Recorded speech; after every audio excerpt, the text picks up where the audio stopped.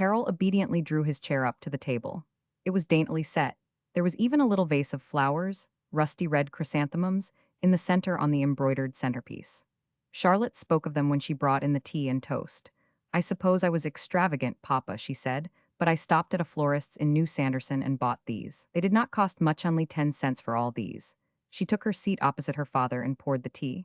She put in the lumps of sugar daintily with the silver tongs. Her face was beaming. She was lovely. She was a darling. She looked over at her father as she extended his cup of tea, and there was not a trace of self-love in the little face. It was all love for and tender care of him. "Oh, I am so glad to be home," she said with a deep sigh. Carol looked across at her with a sort of adoration and dependence which were painful, coming from a father towards a child. His face had lightened, but he still looked worn and pale and old. He was become more and more conscious of the chloroform in his pocket and the shame and guilt of it. "Why did you come back, honey?" he asked. "I did not want to go," Charlotte said simply. "I was not happy going away and leaving you alone, Papa. I want to stay here with you, and if you have to leave Banbridge, I will go with you. I do not mind at all not having much to get along with. I can get along with very little." "You would have been more comfortable with the others, dear," said Carol. He did not begin to eat his supper, but looked over it at the girl's face. "You are not eating anything, Papa," said Charlotte. "Is not the beefsteak cooked right?" "It is cooked beautifully, honey, just right. All is. I am glad to see you come back.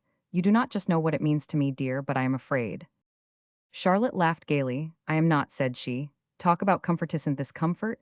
Please do eat the beefsteak, Papa." Carol began obediently to eat his supper. When he had fairly begun, he realized that he was nearly famished. In spite of his stress of mind, the needs of the flesh reasserted themselves. He could not remember anything tasting so good since his boyhood. He ate his beefsteak and potatoes and toast. Then Charlotte brought forward with triumph a little dish of salad, and finally a charlotte-russe. "I got these at the baker's in New Sanderson," said she. She was dimpling with delight. She looked very young, and yet the man continued to have that sense of dependence upon her.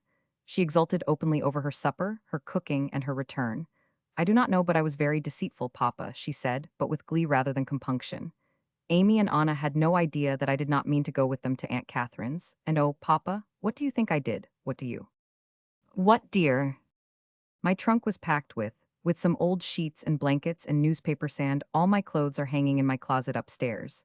Charlotte laughed a long ring of laughter. "I knew I was deceitful," she said again, and laughed again. Carol did not laugh. He was thinking of the Hungarian girl in Charlotte's red dress, but Charlotte thought he was sober on account of her deceit. "Do you think it was very wrong, Papa?" she asked, with sudden seriousness, eyeing him wistfully. "I will write and tell Amy tonight all about it. I could not think of any other way to do, Papa." "I met Marie as I was coming home from the station this morning," Carol said, irrelevantly. Charlotte looked at him quickly, blushed, and raised her teacup. "I thought at first, though I knew it could not be, that I saw you coming," said he. "Something about her dress." "Papa," said Charlotte, setting down her cup, and she was half agreeing. "Papa, I had to. Marie was so shabby, and she said that her lover had deserted her because she was so poorly dressed. And though of course he could not be a very good man, nor very loyal to desert her for such a reason as that, yet those people are different perhaps and do not look at things as we do. And Marie has got another place.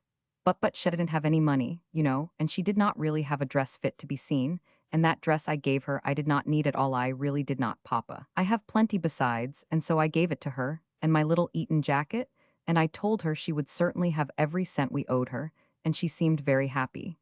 She is going to a party tonight and will wear that dress. She thinks she will get her lover back. Those Hungarian men must be queer lovers. Marie said he would not marry her anyway, until she had some money for her dowry. But she thinks she may be able to keep him until then with my red silk dress, and I told her she should certainly have it all in time." Charlotte's voice, in making the last statement, was full of pride and confidence without a trace of interrogation. "She shall if I live, dear," said Carol. All at once there came over him, stimulated with food for heart and body, such a rush of the natural instinct for life as to completely possess him. It seemed to him that as a short time before he had hungered for death, he now hungered for life. Even the desire to live and pay that miserable little Hungarian servant maid was a tremendous thing.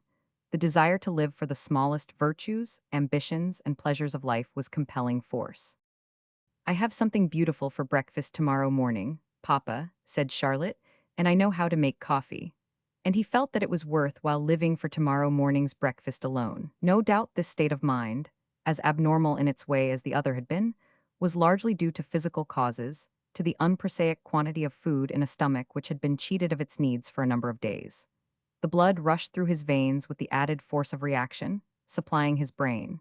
He was not happier, that could scarcely be said, but he was swinging in the opposite direction. Whereas he had wanted to die, because of his misery and failures, he now wanted to live, to repair them, and the thought was dawning upon him, to take revenge because of them. In this mood, the consideration of the bottle of chloroform in his pocket became more and more humiliating and condemning. The sight of the girl's innocent, triumphant, loving little face opposite overwhelmed him with a stinging consciousness of it all. He felt at one minute a terrible fear lest those clear young eyes of hers could penetrate his miserable secret, lest she should say, suddenly, "Papa, what did you go to Port Willis for? What have you in your pocket?" Charlotte went to bed early, after she had cleared away the table and washed the dishes, unwanted tasks for her, but which she performed with a delight intensified by a feeling of daring. "Papa, I have washed the dishes beautifully. I know I have," she said, and she looked at him for praise, her head on one side, her look half whimsical, half childishly earnest.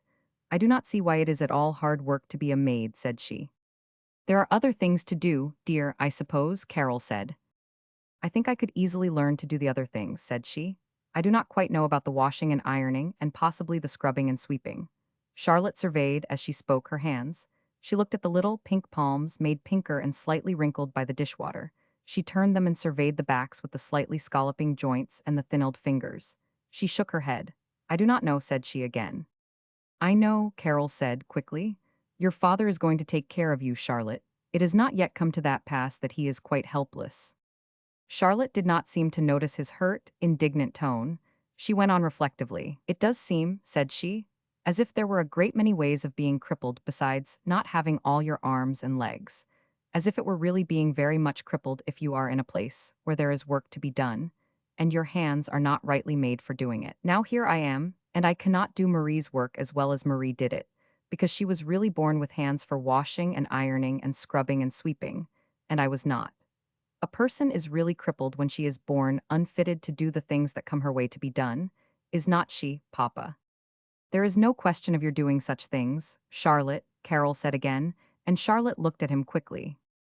"Why, Papa," said she, and went up to him and kissed him. She rubbed her cheek caressingly against his, and his cheek felt wet. She realized that with a sort of terror. "Why, Papa, I did not mean any harm," she said. "I will get a servant for you tomorrow, Charlotte," he said, brokenly. "It has not yet come to pass that you have to do such work." He spoke brokenly. He did not trust himself to look at the girl, who was now looking at him intently and seriously. "Papa, listen to me," said she. "Really, there is no scrubbing, nor sweeping, nor washing, nor ironing to be done here for quite a time. Marie has left the house in very good condition. There is enough money to pay for the laundry for some time, and as for the cooking, you can see that I shall love to do that. You know Aunt Catherine used to let me cook, that I always liked to." Carol made no reply. "Papa, you are not well. You are all worn out," Charlotte said. "Let us go into the den, and you smoke a cigar and I will read to you." Carol shook his head. "No, dear, not tonight," he said. "We will have a game of cribbage." "No, dear, not tonight. You are tired and you must go to bed. Take a book and go to bed and read. You are tired." "I am not very tired," said Charlotte, but therein she did not speak the entire truth. Her spirit was leaping with happy buoyancy, but she could scarcely stand on her feet. She was so fatigued with her unaccustomed labor and the excitement of it all. There was a ringing in her ears, and her eyelids felt stiff. She was also a little hoarse. "Will you go to bed too, Papa?" said she, anxiously. "I will go very soon, dear." "Will not you want anything else before you go?" "No, darling." Charlotte stood regarding him with the sweetest expression of protection and worshipful affection, and with all the naivete of a child pleased with herself and what she has done for the beloved one. "You did have a good supper, did not you, Papa?" she asked. "A beautiful supper, sweetheart." "You never had a better." "Never so good, never half so good," said Carol, fervently, smiling down at her eager face. "You are glad I came back, or not you, Papa?" "Glad for my own sake, God knows, dear, but—" "There are no buts at all," Charlotte cried, laughing. "No buts at all. If you do not think I am happier and better off here with you than I would be rattling down to Kentucky on that old railroad, and I am always carsick on a long journey, you know, Papa." Charlotte lit a lamp and bade her father good night. She kissed him and looked at him anxiously and with a little bewilderment. He had seated himself and was smoking with an abstracted air, his eyes fixed on vacancy. "Now, Papa, you will go to bed very soon yourself, will not you?" she urged. "You look sick, and I know you are tired out." "Very soon, honey," Carol replied. After Charlotte had gotten into bed and lay there with her lamp on a stand beside her and her book in hand, she listened more than she read. When in the course of half an hour she heard her father come up the stairs and enter his own room, she gave a sigh of relief. "Good night, Papa," she called out. "Good night, dear," he responded. Then Charlotte fell asleep with her light burning and her book in her hand, and she did not hear her father go softly over the stairs a second time. As was said, his mind, in regaining its normal balance, had swung too far to the opposite direction. His desire to live that possessed him was as much too intense as his previous desire to die. He had for the time being another fixed idea, not as dangerous in a sense as the other, at least not to himself, but still dangerous. The miserable little bottle of chloroform became, in this second abnormal state of his mind, the keynote on which his strenuous thoughts harped. It seemed to him that that bottle with its red label of poison was as horrible a thing to have as a blood-stained knife of murder. It was in a sense blood-stained. It bore the stigma of the self-murderer. It bore evidence to his hideous cowardice, his unspeakable crime of spirit. He felt that he must do away with that bottle, but how?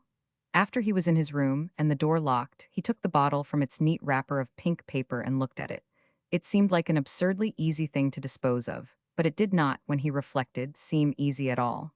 It was not a thing to burn or throw away. He thought of opening the window and giving it a fling, but what was to hinder someone finding it in the morning under the windows? The man actually sat down and gazed a while at the small phial of death with utter helplessness and horror. And as he did so, the always smoldering wrath of his soul towards that man in Kentucky, that man who had wronged him, swelled to its height. He had always hated him, but his hate had never assumed such strength as this. He became conscious, as he had never been before, that that man was responsible for it all, even to the crowning horror and ignominy of that bottle. He reflected that no man of his name had ever, so far as he knew, stained it as he had done by his life. That no man of his name had ever so stained the record of his race by the contemplation of such a dastardly death. He felt, gazing at that bottle, every whit as guilty as if he had drained the contents, and he told himself that that man was responsible, that that man had murdered him in the worst and subtlest way in which murder can be done. He had caused him to do away with his own honor. He felt himself alive to his furthest fancy with hate and a desire for revenge. "I will live and I will have the better of him yet," he muttered to himself. Every nerve tingled. His fingers clutched the bottle like hot wires, that bottle which that other man had caused him to buy, and which he could not get rid of, this palpable witness to his crime and disgrace. Finally he got up and threw up the window. Then he put it down again. It did not seem to him, in his unreasoning state, that he could probably empty the chloroform out of the window without the slightest danger of detection, and then scrape the label from the bottle. It did not seem possible to him that Charlotte would not immediately perceive the fumes of the drug, which would cry to her from the ground. Her room was next his own. He sat down again and gazed at the bottle with the absurd bewilderment of a drunken man. Then he tried stowing it away in a drawer of the dresser, behind a pile of shirts. He even, after doing that, began to undress, but that did not satisfy him. It seemed certain to him that Charlotte would find it in the morning, and say, "Why, Papa, what is this bottle marked poison in your drawer?" At last he unlocked his door, opened it, and stole softly downstairs. He unfastened the kitchen door and went across the field and garden behind the house to the little pond beside the rustic arbor, the little sentimental Idlewild of the original dwellers in the house. It was a dark, waving night. It still did not storm and was warmer. It would probably rain before morning. The wind smote his face damply. He had come out in his shirt sleeves. He moved slyly like a thief. He felt like one, like a thief and a murderer, a self-murderer, and a murderer, in will, of the man who had caused him to commit the crime. He felt burning with hate as he slunk across the field, of hate of the man who had brought him to this, who had caused his financial and moral downfall. At that time, had the man been near, his life would have been worth nothing.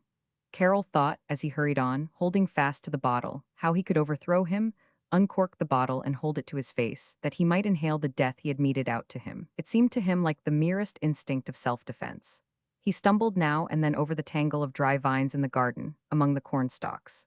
He went like a guilty thing, instead of moving with his usual confident state, the state of a gentleman from a long line of gentlemen. He had become alive to his own shame, his own ignominy, and he had turned at bay upon the one who had caused him, as he judged, to fall. When he reached the little pond, he paused and looked about him for a second.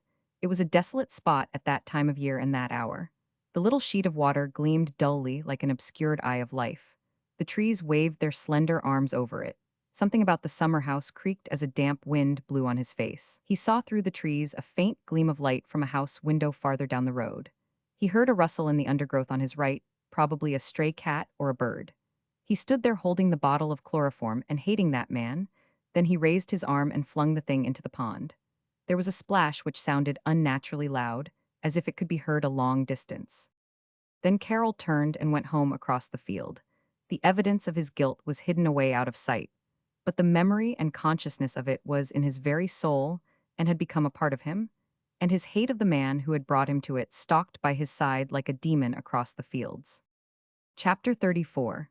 The next morning Carol looked ill, so ill that Charlotte regarded him with dismay as she sat opposite him at the breakfastable. She was full of delight over her meal. She had gotten up early and made the fire and cooked the breakfast. In fact, Carol had been awakened from the uneasy sleep into which he had fallen towards morning by the fragrance of the coffee.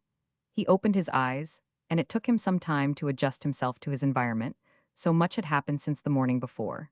He awoke in the same room, in the same bed, but spiritual stresses had made him unfamiliar with himself. It took him some time to recall everything: the departure of his family, his journey to Port Willis, Charlotte's return, the chloroform butt that which required no time to return, which was like a vital flame in him from the first second of his consciousness, was his hatred of the man who had done him the wrong. As he lay there reflecting, he became aware that he had always hated in just such measure as this, from the very first moment in which he had become aware of the wrong, only he had not himself fairly sensed the mighty power of the hate. He had not known that it so permeated his very soul, so filled it with unnatural fire. At last he arose and dressed and went downstairs, and greeted Charlotte, radiant and triumphant, and seated himself opposite her at the table, when her face fell. "You are certainly ill, Papa," said she. "No, dear," said Carol, "I am not ill at all." This morning he tried to eat, to please her, for his appetite of the night before had gone. He was haggard and pale, and his eyes looked strained. "You look very ill," said Charlotte. "Let me call the doctor for you, Papa dear." Carol laughed. "Nonsense," he said. "I am as well as ever I was. You make a baby of your old father, honey." "Have another chop then," said Charlotte. And Carol passed his plate for the chop and ate it, although it fairly nauseated him. He looked at the child opposite as he ate, and she looked as beautiful as an angel and as good as one to him. He thought how the little thing had come back to him, her unfortunate father, who had made such a muddle of his life, who had been able to do so little for her, how she had given up the certainty of a happy and comfortable home for uncertainty, and possibly privation, and the purest gratitude and love that was so intense possessed him. Looking at Charlotte, he almost forgot the hatred of the man who had brought this upon him, and then the hatred awoke to fiercer life because of the love. Then, all unconsciously, Charlotte herself, seemingly actuated by a species of mental telegraphy, spurred him on. "Papa," said she, viewing him with approbation as he ate his second chop, "is that man in Acton who treated you so dreadfully still living there?" Carol's face contracted. "Yes, dear," he said. "If I had gone down there, and had seen that man, I should have been afraid of the way I would have felt when I saw him," said Charlotte. Her innocent girl's face took on an expression which was the echo of her father's. "I suppose he is prosperous," she said. "I think so, honey." "I feel wicked when I think of him," said Charlotte, still with the look which echoed her father's. "When I think of all he has made you suffer, Papa." Carol made no reply. The two looked at each other for a second. The girl's soft face became almost terrible. "I think if I were a man and met him, and had a pistol, I should kill him," she said slowly. Carol made an effort which fairly convulsed him. His face changed. He sprang up, went over to Charlotte, took hold of her head, bent it back, and kissed her. "For God's sake, honey, do not talk in that way," he said. "All this is not for you to meddle with nor trouble your little head with." "Yes, it is, if it troubles you, Papa. I can manage my own troubles, and I do not want any little girl like you trying to take hold of the heavy end," Carol said, and laughed quite naturally. "Then you must not look so ill, Papa." "I am going to have another cup of coffee," Carol said, and showed diplomacy. Charlotte delightedly poured out the coffee. "Is not it very good coffee?" she said. "Delicious coffee." "I am going to get a beautiful dinner for you," Charlotte said. The second cup of coffee had reassured her. She began to think her father did not look so ill, after all. She was herself in a state of perfect content and happiness. She felt a sense of triumph, of daring, which exhilarated her. She adored her father, and how cleverly she had managed this coming back. How impossible she had made it for anyone to gainsay her. After breakfast, her father went out, telling her he should be home by noon, and she busied herself about the house. She was an absolute novice about such work, but she found in it a charm of novelty, and she developed a handiness which filled her with renewed triumph. She kept considering what would her father have done if she had not returned.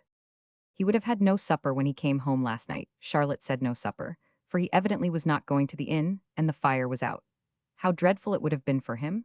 She imagined perfectly her father's sensations of delighted surprise and relief when he espied her, to welcome him, when he felt the warmth of the fire, when he smelled the supper. The pure delight of a woman over the comfort which she gives a child or a man whom she loves was over her. She realized her father's comfort as she had never realized any of her own. She fairly danced about her work. She put the bedrooms in order, she washed the breakfast dishes. Then she meditated going downtown and buying a fish for dinner. Carol was very fond of baked fish. About 10 o'clock she had finished her work, and she put on her hat and coat and set forth. She ordered the fish and paid for it. She gave the man a $5 note to change. He looked at it suspiciously. When she had gone out, he and two other men who were standing in the little market looked at one another. "Guess the world's coming to an end," he said, laughing, "when they pay cash with $5 bills." "Sure it was a good one," said one of the other men. "I thought all Carol's family had went," said the third man. "Guess they did not have enough money to take this one, and you cannot beat the Pennsylvania Railroad nohow," said the fishman. Charlotte went on to the butcher's, bought and paid for some ham, then to Anderson's for eggs. The old clerk came forward as she entered, and answered her question about the eggs. "Do you want them charged?" he asked. "No, I will pay for them," replied Charlotte and took her little purse. And just then Anderson, having heard her voice, looked incredulously out of his office, his morning paper in hand. Charlotte laid some money on the counter and stepped forward at once. She saw with a sort of wonder, and an agitation within herself for which she could not account, that the man was deadly white, that he fairly trembled. "Good morning, Mr. Anderson," she said. Anderson was a man of self-control, but he gazed down at her fairly speechless. He had been telling himself that she had gone as certainly out of his life as if she were dead, and here she was again. "I thought," he stammered finally. Charlotte's face of innocent wonder and disturbance flushed. "No, I did not go, after all," she said like a child. "That is, I started, but I went no farther than Lancaster. They thought I was going, the all did, but I could not leave Papa alone, and so I came back." She was incoherent, her own confusion deepened. She tried to look into the man's face, but her own eyes fell, her lips quivered. She was almost crying, but she did not know why. She turned to the counter, behind which stood the man with the package of eggs and the change. "Send that package," Anderson said brusquely. "The wagon has gone. Send it as soon as it comes back, there will be time enough." "I can manage if I do not have the eggs until noon," said Charlotte. The clerk turned to put away the parcel in readiness for the delivery wagon, and again, Anderson and the girl looked at each other. Anderson had caught up his hat with his newspaper as he came out of the office, and Charlotte looked at it. "Were you going out?" she asked, timidly, and yet the question seemed to imply a suggestion. She glanced towards the door. Anderson muttered something about an errand and went out with her. They walked along the street together. Suddenly Charlotte looked up in his face and began confiding in him. She told the whole story. "You see, I could not leave Papa," she concluded. Anderson looked down at her, and the look was unmistakable. Charlotte blushed and her face quivered. "Then you are going to stay here all winter?" he said in a low voice. "Oh no, I think not," she replied. "I think we shall go away." Anderson's face fell. She had spoken very eagerly, almost as if she were anxious to go. She made it worse. "I do not think I should have come back if it had not been for that," she said. "I did not see what poor Papa could do all alone, trying to move. I do not think I should." "Yes," said Anderson, soberly. "Perhaps I should not have," said she. She did not look at him. She kept her eyes fixed on the frozen ground, but the man's face lighted. They kept on in a vague sort of fashion and had reached the post office. They entered, and when Anderson had unlocked his box and taken out his mail, and Charlotte had gotten some letters which looked like bills for her father, he realized that he had no excuse to go any farther with her. He bade her good morning, therefore. Charlotte said good morning, and there was a little uncertainty and wistfulness in her look and voice. She was very unsophisticated, and she was wondering whether she should ask him to call, now her mother and aunt had gone. She resolved that she would ask her father. As for Anderson, he went back to the store in a sort of dream. He suddenly began to wonder if the impossible could be possible. At one moment, he ridiculed himself for the absurdity of such an imagination, even, and then the imagination returned. He reflected that he would have had no such doubt if it had not been for his lack of success in his profession. He charged himself with a lack of self-respect that he should have doubts now. After all, I am a man, he told himself. I am as good as ever I was.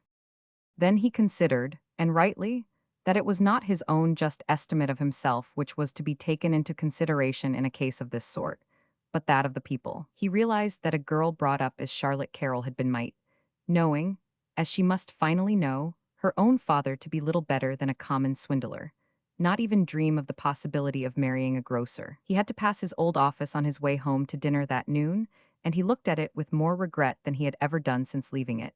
The school was out and the children were streaming along the street. The air was full of their chatter. Henry Edgecombe came up behind him with a good morning. He looked worn and nervous. Anderson looked at him sharply after his greeting. "What is the matter?" he asked. "Nothing, only I am tired out," Edgecombe replied wearily. "Sometimes I envy you." "Do not," said Anderson. "I do. This friction with new souls and temperaments is wearing my old one thin. I would rather sell butter and cheese. Rather do anything than desert the battlefield you have chosen. Because you are beaten," said Anderson, with sudden bitterness. "Nonsense, you are not beaten." "Yes, I am. You have simply taken up new weapons." "Weights and balances," said Anderson, but his laugh was bitter. He left Edgecombe at the corner, and, going up his own street, reflected again. He began to wonder if possibly he would not have done better to have stuck to his profession, if he could not have left Bambridge and tried elsewhere in the city. He wondered if he had shown energy and manly ambition, if he had not been poor-spirited.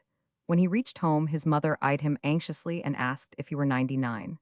"No," he said, "but I met Henry, and he looks wretchedly." "He has not enough to eat," Mrs. Anderson said. "Harriet does not give him enough to eat. It is a shame. If I were in his place, I would get married. He says he is tired out teaching. He talks about the friction of so many natures on his." "Of course there is a friction," said Mrs. Anderson, "but he could stand it if he had more to eat. Let us have a dinner next Sunday night. Let us have a roast turkey and a pudding. We will have lunch at noon. Henry is very fond of turkey, and it is late enough to get good ones." "Shall we ask Harriet?" inquired Anderson with a lurking mischief. His mother looked at him with quick suspicion. "You do not want her asked?" she said. "Why should she be asked? She never is." "I do not know, but with an extra dinner." "She has her mission," Mrs. Anderson said with firmness. "You are eating nothing yourself, Randolph." Presently she looked at her son with an inscrutable expression. "Are the Carrolls all gone?" she asked. Anderson cut himself a bit of beefsteak carefully before replying. "Some of them, I believe," said he. "I heard Mrs. Carroll and her sister and daughter and the boy all went yesterday morning. Josie Eggleston came in about the Rainy Day Club meeting this morning, and she told me." There was something so interrogative in his mother's tone that Anderson was obliged to say something. "They all went except the daughter, I believe," he said. "The girl who was here?" "Yes." "Then she did not go." "She went as far as Lancaster, but she came back." "Came back." "Yes, she did not want to leave her father alone, and under a cloud, as he seems to be, and she knew if she declared she was not going there would be opposition that, in fact, her mother would not go." "I do not think much of her for going, anyway," said Mrs. Anderson. "Leaving her husband all alone. I do not care what he had done, he was her husband, and I dare say he cheated on her account mostly. She ought not to have gone." "They wanted her to go, she is not very strong, and the sister is really ill," said Anderson, "and so the daughter planned it. She went as far as Lancaster, then she got off the train." "Why, I should think her mother would be crazy." "She sent word back, a letter by Eddie. He got off the train with her, the train stopped there a few minutes. Then she came back." "Yes." "And she is going to stay with her father." "Yes." "Oh," said Mrs. Anderson.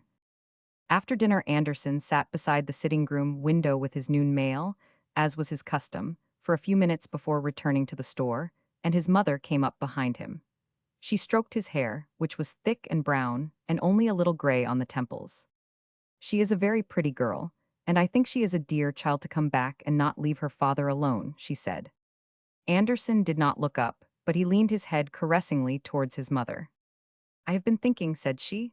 I am a good deal older. She is only a little young girl, and I am an old lady, and I have never called there. You know I never call on new people nowadays, but she must be very lonely, all alone there. I think I shall go up there and call on her some afternoon this week, if it is pleasant. I have some other calls I want to make on the way there, and I might as well. I will order the coach for you any afternoon you say, Mother, replied Anderson. Chapter 35.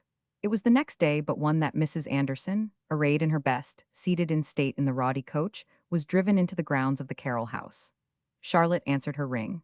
The elder woman's quick eye saw, with both pity and disapproval, that the girl was unsuitably arrayed for housework in a light cloth dress, which was necessarily stained and spotted. She had on no apron, she told her son that night. I do not suppose the poor child owns one, and of course she could not help getting her dress spotted. Her little hands were clean, though, and I think she tries hard. The parlor was all in a whirl of dust. She had just been sweeping, and flirting her broom as people always do who do not know how to sweep. The poor child's hair was white with dust, and I sat down in a heap of it, with my best black silk dress, but of course I would not have seemed to notice it for anything. I brushed it off when I got in the carriage. I said, You are doing your work? And she said, Yes, Mrs. Anderson. She laughed, but she looked sort of pitiful. The poor little thing is tired. She is not cut out for such work. I said her hands and arms did not look as if she could sweep very easily, but she bristled right up and said she was very strong, very much stronger than she looked, and Papa wanted to get a maid for her, but she preferred doing without one. She wanted the exercise. The way she said preferred, I did not try to pity her any more for that. Randolph. What is it, Mother? How much has that child seen of you? Not so very much, Mother. Why? I think she thinks a great deal about you. Nonsense, Mother, Anderson said. It was after tea that night and the mother and son sat together in the sitting room. They had a fire on the hearth and it looked very pleasant. Mrs. Anderson had a fine white apron over her best black silk, and she sat one side of the table, knitting. Anderson was smoking and reading the evening paper on the other. He continued to smoke and apparently to read after his mother made that statement with regard to Charlotte. She looked at him and knew perfectly well that he was not comprehending anything he read. She is a very sweet girl, she said presently in an inscrutable voice. I do not like her family, and I must say I think her father, from what I hear, almost ought to be in prison, but I do not think that child is to blame. Of course not, said Anderson. He turned his paper with an air of pretended abstraction. She says she thinks her father will leave Banbridge before long, said Mrs. Anderson further. Her son made no response. She sat thinking how, if Carroll did leave Banbridge and the rest of the family were in Kentucky, why, the girl could be judged separately. And if Randolph should fancy Hirsch was not at all sure that he did off Charlotte, she had not a doubt. She had never had a doubt of any woman's attitude of readiness to grasp the scepter, if it were only held out by her son. And she herself was conscious of something which was almost infatuation for the girl. Something about her appealed to her. She had an almost fierce impulse of protection, of partisanship. Anderson himself had not the least realization of his mother's actual sentiments in the matter. It was the consequence in inconsequence of a woman, which a man can seldom grasp. From what he had known of his mother's character heretofore, a girl coming from such a family would have been the last one to appeal to her for a daughter-in-law. She had been plainly hostile to young women with much superior matrimonial assets. He had often surmised that she did not wish him to marry at all. He did not understand the possibility there is in some women's natures of themselves falling in love, both individually and vicariously, with the woman who loves their sons, or who is supposed to love their sons. Captain Carroll came into the yard just as I drove out, said Mrs. Anderson. He is a very fine-looking man. It is a pity. Then she added again, with an obscure accent of congratulation, well, if he goes away nobody need say anything more against him. Anderson reflected, without expressing it aloud, that it was doubtful if Carroll's exit was possible, and, if possible, would be conducive to silence from his creditors, but he apparently continued to read. He is a very handsome man, said his mother again, and he has the air of a gentleman. He bowed to me like a prince. He is a very fine-looking man, is not he? Before Anderson could reply, the doorbell rang. I wonder who it is, Mrs. Anderson said in a hushed voice. Somebody on business, probably, replied Anderson, rising. The maid had gone out. As he went into the front hall, his mother rustled softly into the dining room. She was always averse to being in the room when men came on business. Sometimes commercial travelers infringed upon Anderson's home hours, and she was always covertly indignant. She was constantly in a state of armed humility with regard to the details of business. She felt the incongruity of herself, the elderly gentlewoman in the soft, rich black silk, with the scarf of real lace fastened with a brooch of real pearls at the throat, with the cap of real lace, with the knots of lavender ribbon on her fluff of white curls, remaining in the room while the discussion as to the rates of tea and coffee or sugar or soap went on. So she slipped with her knitting work into the dining room, but she dropped her ball of white wool, which remained beside the chair which she had occupied in the sitting room. She was knitting a white shawl. She sat beside the dining table and continued to knit, however, pulling furtively on the recreant ball, while her son ushered somebody into the sitting room, asked him politely to be seated, and then closed the door. That prevented her from knitting any more, as the wool was held taut. So she finally laid her work on the table and went out into the hall on her way upstairs. The door leading from the hall into the sitting room was closed, and she stopped and eyed curiously the hat and coat on the old-fashioned mahogany table in the hall. She stood looking at them from a distance of a few feet, then she wrapped her silk draperies closely around her and slid closer. She passed her hand over the fine texture of the coat, which was redolent of cigar smoke. She took up the hat. Then she spied the top card on the little china card basket on the table and took it up. It was Arthur Carroll's. She nodded her head, remained standing a moment listening to the inaudible murmur of conversation from the next room, then went upstairs to sit down in her old winged armchair, covered with a peacock patterned chintz, and read until the visitor should be gone. She was fairly quivering with astonishment and curiosity. But she was no more astonished than her son had been when he had opened the front door and seen Arthur Carroll standing there. He had almost doubted the evidence of his eyes, especially when Carroll had accepted his invitation to enter and had removed his coat and hat and followed him into the sitting room. "It is a cold night," Anderson said, feeling that he must say something.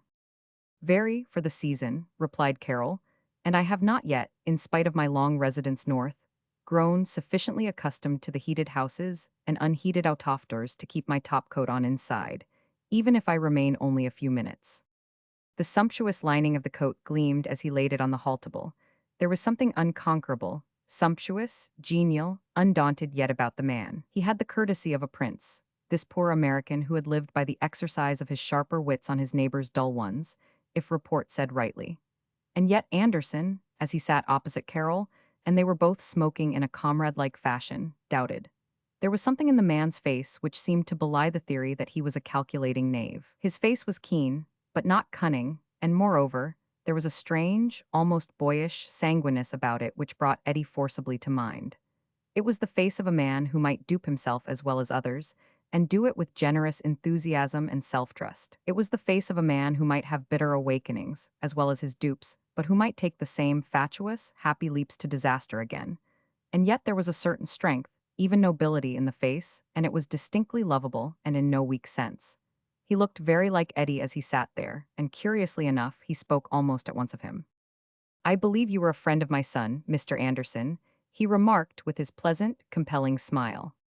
Anderson smiled in response. "I believe I had that honor," he replied. Then he said something about his having gone, and how much his father must miss him. "He is a fine little fellow," he added, and was almost surprised at the expression of positive gratitude which came into Carroll's eyes in response. He spoke, however, with a kind of proud deprecation. "Oh, well, he is a boy yet, of course," he said, "but there is a man in him if fate does not put too many stumbling blocks in his way." "There is such a thing," said Anderson. "Undoubtedly," said Carroll. "Moral hurdles for the strengthening of the spirit are all very well, but occasionally there is a spirit ruined by them." "I think you are right," said Anderson. "Still, when the spirit does make the hurdles." "Oh yes, it is a very superior sort, after that," said Carroll, laughing. "But when it does not well, I hope the boy will have tasks proportioned to his strength, and I hope he will have a try at them all anyhow." "He seems to me like a boy that would," Anderson said. "What do you think of making of him?" "I hardly know, it depends. His mother has always talked a good deal about Eddie's studying law, but I do not know. Somehow the law has always seemed to me the road of success for the few, and a slippery maze to nowhere for the many." A sudden thought seemed to strike Carol. He looked a little disturbed. By the way, he said, I forgot, you yourself. Anderson smiled. Yes, I studied law, said he. And gave it up. Yes, I could not make a living with it. Carol regarded the other man with a curious, wistful scrutiny. He looked more and more like Eddie. His next question was as full of naivete as if the boy himself had asked it, and yet the charming, almost courtly state of the man never for one instant failed. And so, he said, you tried selling butter and eggs instead of legal wisdom? The question might have been insolent from its purport, but it was not. Anderson laughed. Yes, he replied. People must eat to live, but they can live without legal wisdom. I found butter and eggs were more saleable. Carol continued to regard him with that pathetic, wondering curiosity. And you have never regretted the change? He asked. I do not say that, but, regret or not, I had to make it, and I am not exactly sure that I do regret it. But this thy's new occupation of yours cannot be precisely congenial. That does not disturb me, Anderson said, a little impatiently. Carol looked at him with understanding. I see you feel as I do about that, he said. It is rather proving one's self of the common to hold back too strenuously from it, and yet hesitated a moment. It takes courage, though, he said. Suddenly his eyes upon the other man became full of admiration. My daughter tells me, or rather my son told me principally, that you are interested in entomology, he said. Oh, I dabble a little in it, Anderson replied, smiling. Carol's eyes upon him continued to hold their wistful, questioning, admiring expression. Anderson began to wonder what he had come for. He was puzzled by the whole affair. Carol, too, seemed to present himself to him under a new guise. He wondered if his reverses had brought about the change. I do not wish, said Carol, to display curiosity about affairs which do not concern me, and I trust you will pardon me and give me information, or not, as you choose. But may I ask how you happened, when you became convinced that you were not to make a success in law, why you chose your present business? I have not the slightest objection to answering, said Anderson, although he began to wonder if the other had called simply for the purpose of gratifying his curiosity about his affairs. Not the slightest. I simply tried to think of something which I should be sure to sell, because people would be sure to buy, and I thought off butter and cheese. It all seems exceedingly simple to me, the principle of obtaining enough money wherewith to live and buy the necessaries of life. It is only to look about and possibly within and see what wares you can command, for which people will be willing to give their own earnings. It is all a question of supply and demand. First you must study the demand, and then your own power of supply. If you can interpret law like Rufus Choate, why sell that? If you can edit like Horace Greeley, sell that. If you can act like Booth or sing like Patti, sell that. If you can dance like Carmencita, sell that. It all remains with you, what you can do, sing or dance or sway a multitude or sell butter and eggs, or possibly rather, it remains with the public, and what it decides you can doth that is better for one's vanity. Decidedly, agreed Carol, with an odd, reflective expression. If the public want your song or your novel or your speech, they will buy it, or your dance, and if they do not, they will not, and you cannot make them. You have to sell what the public want to buy, for you yourself are only a unit in a goodly number of millions. And yet how extremely all-pervading that unit can feel sometimes, Carol said with a laugh. He was silent again, puffing at his cigar, and again Anderson, leaning back opposite and also smoking, wondered why he was there. Then Carol removed his cigar and spoke. His voice was a little constrained, but he looked at Anderson full in the face. Mr. Anderson, he said, I want to know if you will kindly tell me how much I owe you, for I am one of the consumers of butter and eggs. Anderson continued to smoke a second before answering. I cannot possibly tell you here, Mr. Carroll, he replied then. Of course I know I should have written and asked for the bill, Carroll said, but I knew some had been paid, and you have been most kind, and... Anderson waited. In short, said Carroll, speaking quickly and brusquely, I am under a cloud here, and your mother called to see my daughter this afternoon, and I thought that possibly you would pardon me if I put it all on a little different basis. Carroll stopped, and again Anderson waited. He was becoming more and more puzzled. Then Carroll spoke quite to the point. I could have sent for the bill which you have so generously not sent, which you have so generously allowed my poor little daughter to think was settled, said he, but if you had sent it I simply could not have paid it. I could have written you what I wished to say, but I thought I could say it better. I wish to say to you that I shall be obliged if you will let me know the extent of my indebtedness to you, and if you will accept my note for 6 months. Very well, said Anderson, gravely. If you will have the bill made out and sent me tomorrow, I will send you my note by return mail, said Carol. Very well, Mr. Carroll, replied Anderson. Carol arose to go. You have a pleasant home here, Mr. Anderson, he said, looking around the room with its air of old-fashioned comfort, even state. It has always seemed pleasant to me, said Anderson. An odd, kindly feeling for Carol overcame him. He extended his hand. I am glad you called, Captain Carroll, he said. He hesitated a moment. Then he added, you will necessarily be lonely with your family away, if you would come in again. I cannot leave my daughter alone much, Carol answered, but otherwise I should be glad to. Thank you. He looked at Anderson with evident hesitation. There was something apparently which he was about to say, but doubted the wisdom of saying it. Your daughter is still with you, Anderson said. Yes. Then Anderson hesitated a second, then he spoke. Would you allow me to call upon your daughter, Captain Carroll? He asked bluntly. Carroll's face paled as he looked at him. On my daughter. Yes, Captain Carroll, will you be seated again for a few minutes? I have something I would like to say to you. Anderson was pale, but his voice was quite firm. He had a strange sensation, as of a man who had begun a dreaded leap, and felt that in reality the worst was over, that the landing could in no way equal the shock of the start. Carroll followed him back into the sitting room and sat down. Anderson began at once with no preface. I should like to marry your daughter, if she can love me well enough, he said simply. Does she know you at all, Mr. Anderson? Carol said, in a dazed sort of fashion. She knows me a little. I have, of course, seen her in my store. Yes. And once, as you may remember, she came here. Yes, when she had the fright from the tramp. She cannot know me very well, I admit. I do not see that you know her very well either, for that matter.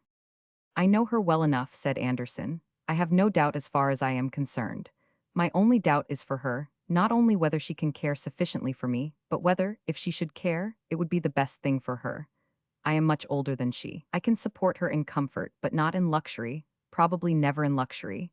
And you know my position, that I have been forced to abandon a profession which would give my wife a better social standing. You know all that. There is no need of my dwelling upon it.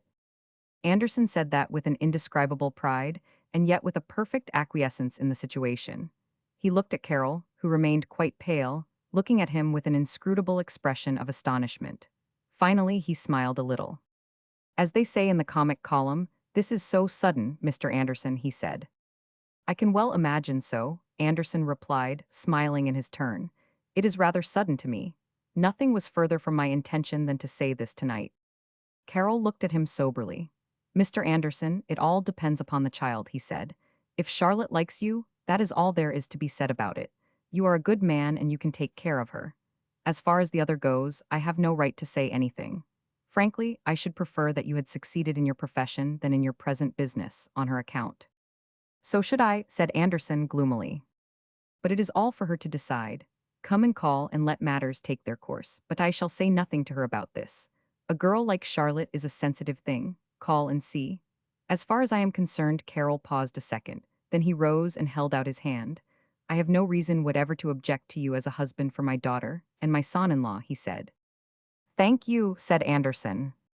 Carol had gone out of the door, and Anderson was just about to close it after him, when he turned back. By the way, Mr. Anderson, he said, and Anderson understood that he was about to say what had been on his mind before, and he had refrained from expressing. I want to inquire if you have any acquaintance with the large grocery house of Kidder Ladd, in the city? He asked. A slight business acquaintance, replied Anderson wonderingly. I saw, said Carol, in an odd, breathless sort of voice, an advertisement for a floorwalker in that house.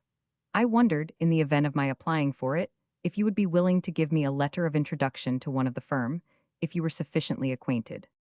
Certainly, said Anderson, but he was aware that he almost gasped out the answer. I saw the advertisement, said Carol again. I have to make some change in my business, and, essayed a laugh, I have to think, as we have agreed is the thing to do, of some saleable wares in my possession. It did occur to me that I might make a passable floorwalker. I have even thought of a drummager, but there seems no vacancy in that line, if you would. Certainly, said Anderson again. Would you like it now? If it is not too much trouble. Anderson hastened to the old-fashioned secretary in the sitting room and wrote a line of introduction on a card while Carol waited. Thank you, Carol said, taking it and placing it carefully in his pocketbook.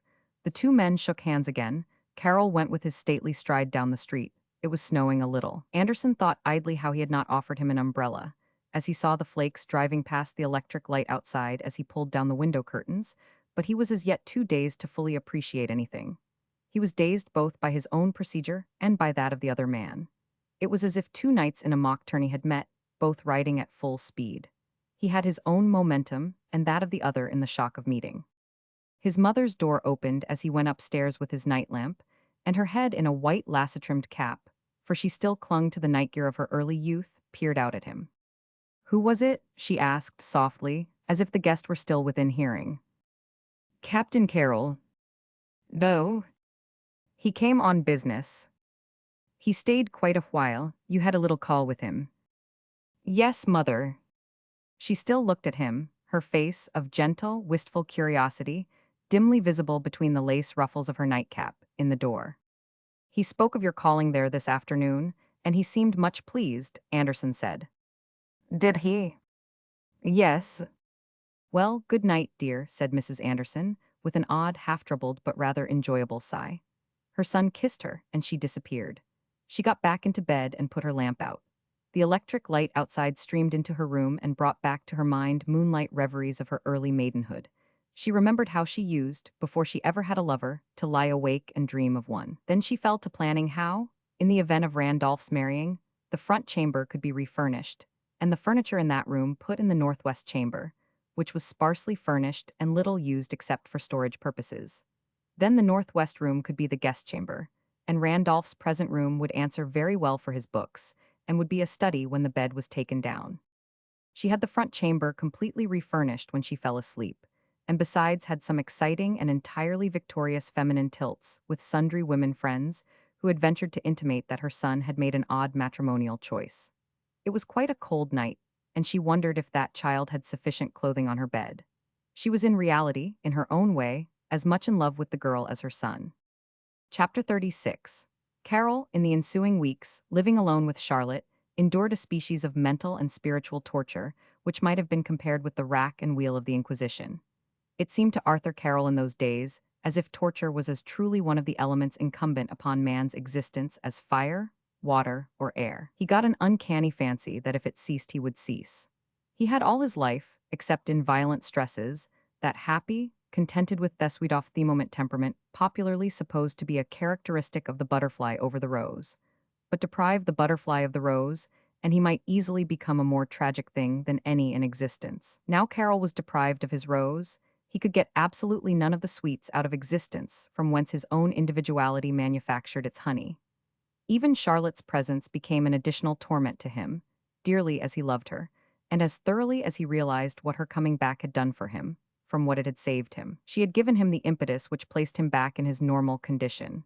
But back there, he suffered even more, as a man will suffer less under a surgical operation than when the influence of the anesthetics has ceased. There was absolutely no ready money in the house during those weeks, except the sum which Charlotte's aunt had sent her, which was fast diminishing, and a few scattering dollars, or rather pennies, which Carroll picked up in ways which almost unhinged his brain when he reflected upon them afterwards. Whatever he had done before, the man tried in those days every means to obtain an honest livelihood, except the one which he knew was always open, and from which he shrank with such repugnance that it seemed he could not even contemplate it, and his mind retain his balance.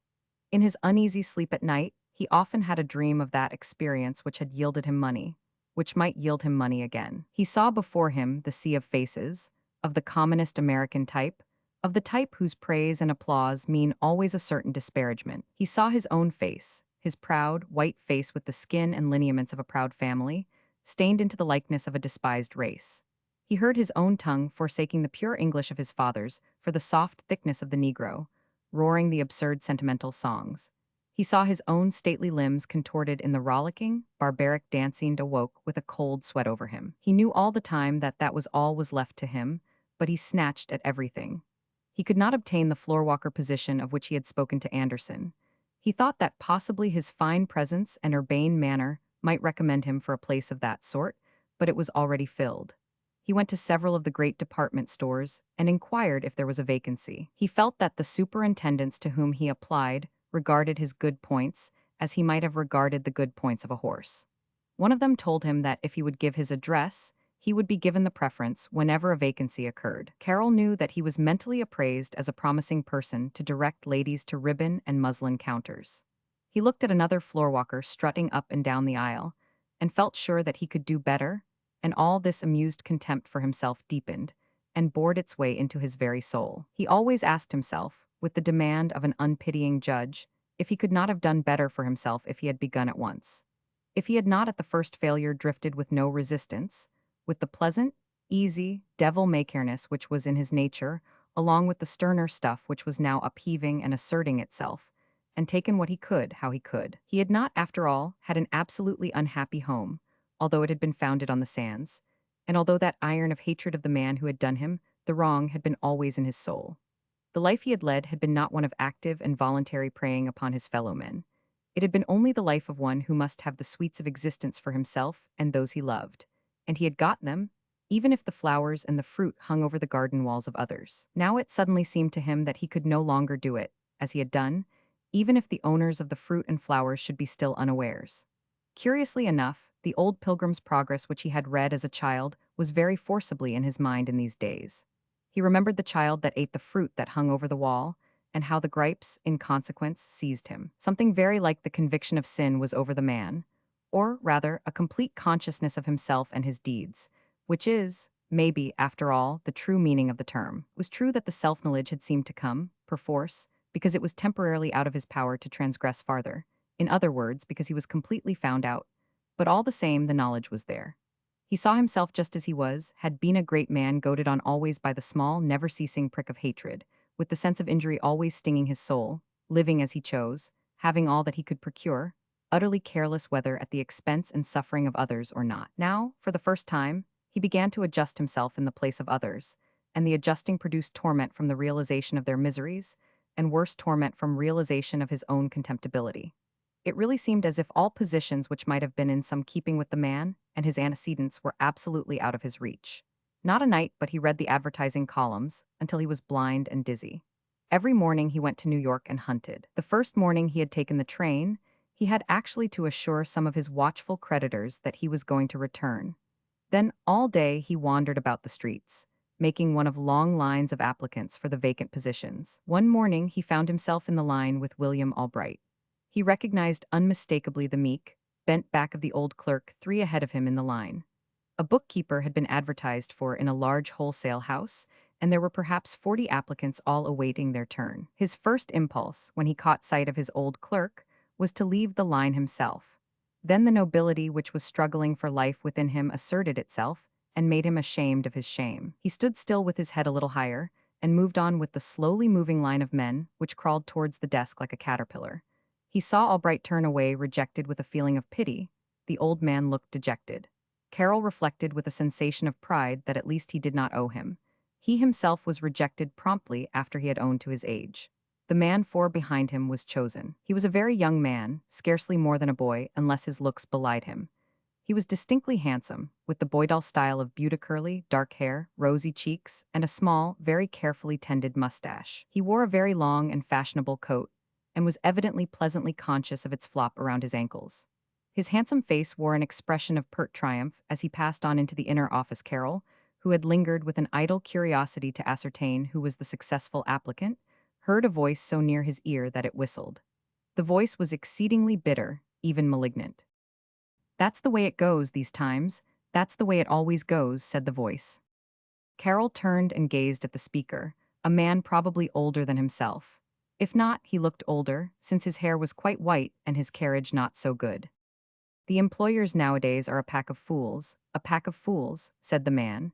His long, rather handsome face, a face which should have been mild in its natural state, was twisted into 1,000 sardonic wrinkles. "A pack of fools," he repeated. "Here they will go and hire a little whippersnapper like that every time, instead of a man who has had experience and knows how to do the work, just because he's young. Young, what's that? You would think what they wanted was a man to keep their books straight. I can keep books if I do say so, and that young snip cannot. Lord, he was an aven man's with me. Why, I tell you he cannot add up a column of figures 3 inches long straight, to save his neck. The books will be in a pretty state. I will give him just 10 days before they will have to get an expert in to straighten out things. Hope they will, serve 'em right. Here I am, cannot get a job to save my life, because my hair has turned and I have got a few more years over my head, and I can keep books better than I ever could in my life. Good Lord, you would think it was what was inside a man's head they would be after, instead of the outside. He looked at Carol. Guess I have got a little the advantage of you in age, he said, but I suppose that's the matter why you were given the cold shoulder. I should not be surprised if you were right, sir, replied Carol, rather apathetically. He was going through all this without the slightest hope, but only for the sake of feeling that he had done his utmost before he took up with the alternative which so dismayed his very soul. He himself looked old that morning. He had retained his youthful appearance much longer than men usually do. But as he had viewed his reflection in the glass that morning, he had said to himself that he at last was showing his years. His hair had turned visibly gray in the last few weeks. Lines had deepened. And not only that, but the youthful fire had given place to the apathy and weary resignation of age. But you look as if you could do more and better work in an hour than that young Bobsquirt could in a month, said the man at his side. Very likely, replied Carol indifferently. You do not seem to care much about it, the other man said. The two had gone out of the building and were walking slowly down the street. If they want young men, they do, I suppose, Carol said. Been trying long. Quite a time. Well, the employers are a set of G500. Fools, said the other man. An oath sounded horribly incongruous coming from his long, thin, benevolent mouth. I do not see what you are going to do about it if they are, Carol replied, still with that odd patience. It seemed to him as if he was getting a sort of fellow feeling and intense personal knowledge of his fellow beings, which united him to them with ties stronger than those of love. He felt as if he more than loved this rebellious wretch beside him, as if he were one with him, only possessed of that patience which gave him a certain power to aid him. I suppose men have the right to employ whom they choose, said Carol. If they prefer young men who do not know how to do the work to old men who do, I suppose they have a right to engage them. And they may have some show of reason for it. I do not see what can be done anyway. I will tell you what has got to be done, sir, and how we can help ourselves, returned the other, with a ranting voice which made people turn and stare at him. I will tell you. We have got to form a union. There are unions for everything else. We have got to have a union of older men qualified to work, who are shouldered out of it by boys. Once that is done, we are all right. Today in this country a man cannot hire whom he pleases in most things. The unions have put it out of his power. The people have risen. We belong to a part of the people who have not risen. Now we must rise. Let us form a union, I say. If they engage young men before us, there are ways of making them smart for it, the employers as well as the employees. I tell you that has got to be done. Suddenly the men heard a laugh behind them. It was a woman's laugh, shrill and not altogether pleasant, not the laugh of a young woman, but the woman who came up with and immediately began to speak looked quite young. She was undeniably pretty. Her blonde pompadour drooped coquettishly over one eye, her cheeks were pink, her face smooth, her figure was really superb, and she was very well dressed in a tailor-made gown, smart furs, and a hat evidently of the English tailor make. Excuse me, she said, with perfect assurance, and yet with nothing of offensive boldness, rather with an air of camaraderie, but I heard you talking, you two, and I thought I would give you a few points. I do not know whether you know it or not, but I have recently secured the position of cashier there, in Adkins Summers's. She motioned with one nicely gloved hand back towards the place they had just left. I got it in preference to about a dozen young girls. Two, she said, with triumph, but I should not have if she hesitated a minute. The color on her cheeks deepened under the floating veil, and there was, in consequence, a curious effect of 2 shades of rose on her cheeks. See here, she said, walking along with them, I do not know you two men from Adam, and I needn't take the trouble, and if you do not like it you can lump it, but I am going to say something. I know I look young. I ain't fishing for a compliment, I know it. I have got a looking-glass in a good light, and I have got my eyes in my head, and what's more, I am spunky enough to own it to myself if I do not look young, but I ain't young. I ain't going to say how old I am, but I will say this much, I ain't young. I have been married twice and I have had 3 children. My first husband died, the second went off and left me. I have got a daughter 14 years old I am keeping in school. She ain't going into a department store if I work my fingers to the bone. She said the last with a fierce air that made her for a second really look younger. Well, she went on. I will tell you too. I had a good place for a number of years, but the man died in September, and the man that took the business put his sister in my place. Then I was out of a job. I had not saved a cent, and I did not know what I was going to do. Mildred That's my daughteress, big of her age and good-looking, and she wanted to leave school and go to work, but I would not let her. Well, I studied up all the advertisements and I tried, and I could not do a thing. Then I set my wits to work. I ain't one to give up in a hurry, I never was. As I said before, I did not have much money, but I hire our little flat of a woman, and she's a good sort, and she's willing to wait. And a month ago I took every cent I could raise, and I went through a course of treatment with a beauty doctor. I had my hair, it was turned some dyed, and I was massaged until I felt like a currant bun. But I always had a good skin, and there was something to work on, and I took my figure in hand. That was not very bad anyway, but I got new corsets, awful expensive ones, and had a tailor suit made. I had to raise some money on a little jewelry I had, but I made up my mind it was neck or nothing. And sir, a month ago I got that place in Adkins Summers's at 1,000 a year. They are good men, too. You needn't think there's anything wrong. She looked at them with an expression as if she was ready to spring at the slightest intimation of distrust on their part. It is only just that people think they want young help, and they are going to have it. I have got the place, and I am in clover, and it's worth something looking so much better, though it do not make much difference to me. All I care about nowadays is my daughter. The two men looked at the woman, Carol with a courteous sympathy, and the interest of an observer of human nature. She was of a pronounced American type, coarse, vulgar, strident-voiced, smart, with a shrewdly working brain and of an unimpeachable heart. She was generosity and honesty itself, as she looked at the two men in a similar strait to the one from which she had extricated herself. The other man, who had a bitter, possibly a dangerous strain developed by his misfortunes, laughed sardonically. "How long do you think you can keep it up?" said he. Had he been less worn and weary, and apparently even starved, his laugh in question would have evoked a sharper response. As it was, the woman replied with the utmost good nature. "Any old time," said she. "Lord, I ain't setting up for a kid. I ain't fool enough to put on short skirts and pigtails, but I am setting up for a young lady, and I can keep it up anyhow. Lord, I ain't so very old anyhow. If I did not look the way I do now, I could not get a position, because they would put me down for a back number, but I had something left for that beauty doctor to work on." Then she gazed critically at the two men. "It would not take much to make you into a regular dude," said she to Carol. "You are dressed to beat the band as it is. Say," she gave him a confidential wink. "Well," said Carol, "you are dressed most too well. It's all very well to look stylish, to look as if you had been earning 2,500 a year, but, Lord, you look as if you had been getting 10. The bosses might be a little afraid of you. They might say they did not see how a man could have dressed like you do, unless he had helped himself to some of the firm's cash. See? I do not mean any offense. You look to me like a real gentleman." "Thank you," replied Carol.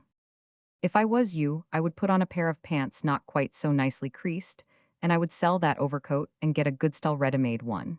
Your chances would be a heap better honest." "Thank you," said Carol again. He was conscious of amusement and a curious sense of a mental tonic from this loud-voiced, eagerly helpful female. "I am right, you bet," said she, "but otherwise it would not take much. You go and have a little something put on your hair and have your face massaged a little, and if I was you I would buy a red tie. You can get a dandy red tie at Steele Esterbrook's for a quarter. That one you have on makes you look kinder pale. Then a red tie is younger. Say, I will tell you, if you would only have your mustache trimmed and wax the ends, it would make no end of difference." "What are you going to do when you are asked how old you are?" "Lie?" inquired the other man, in his bitter, sardonic voice. This time the woman regarded him with slight indignation. "Say," said she, "you will never get a place if you do not act pleasanter. Places ain't to be got that way, I can tell you. You have got to act as if you would eat nothing but butter and honey for a fortnight. If you feel mad, you would better keep it in your insides." Then she answered his questions. "No, I ain't going to lie, and I ain't going to tell anybody else to lie," said she. "Lying ain't my style.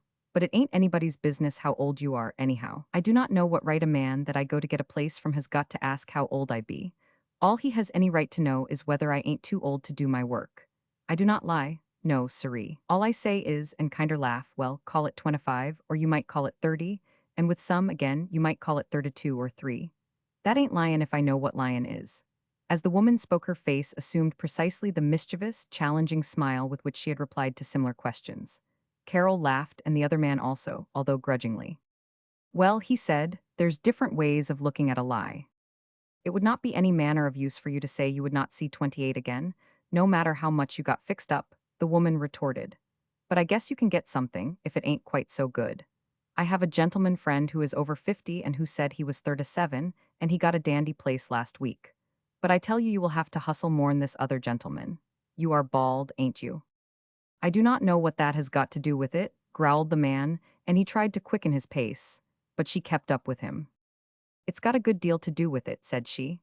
I know a place on 6th Avenue where you can get an elegant front piece that nobody could ever tell for $3.49. Another gentleman friend of mine has, a sort of relation of mine. My sister was his first wife, get one there. Yes, sir, you will have to get one, and you will have to get your face massaged and your eyebrows blacked, and Lord, you will have to have that beard shaved off and have a mustache if you get anything at all.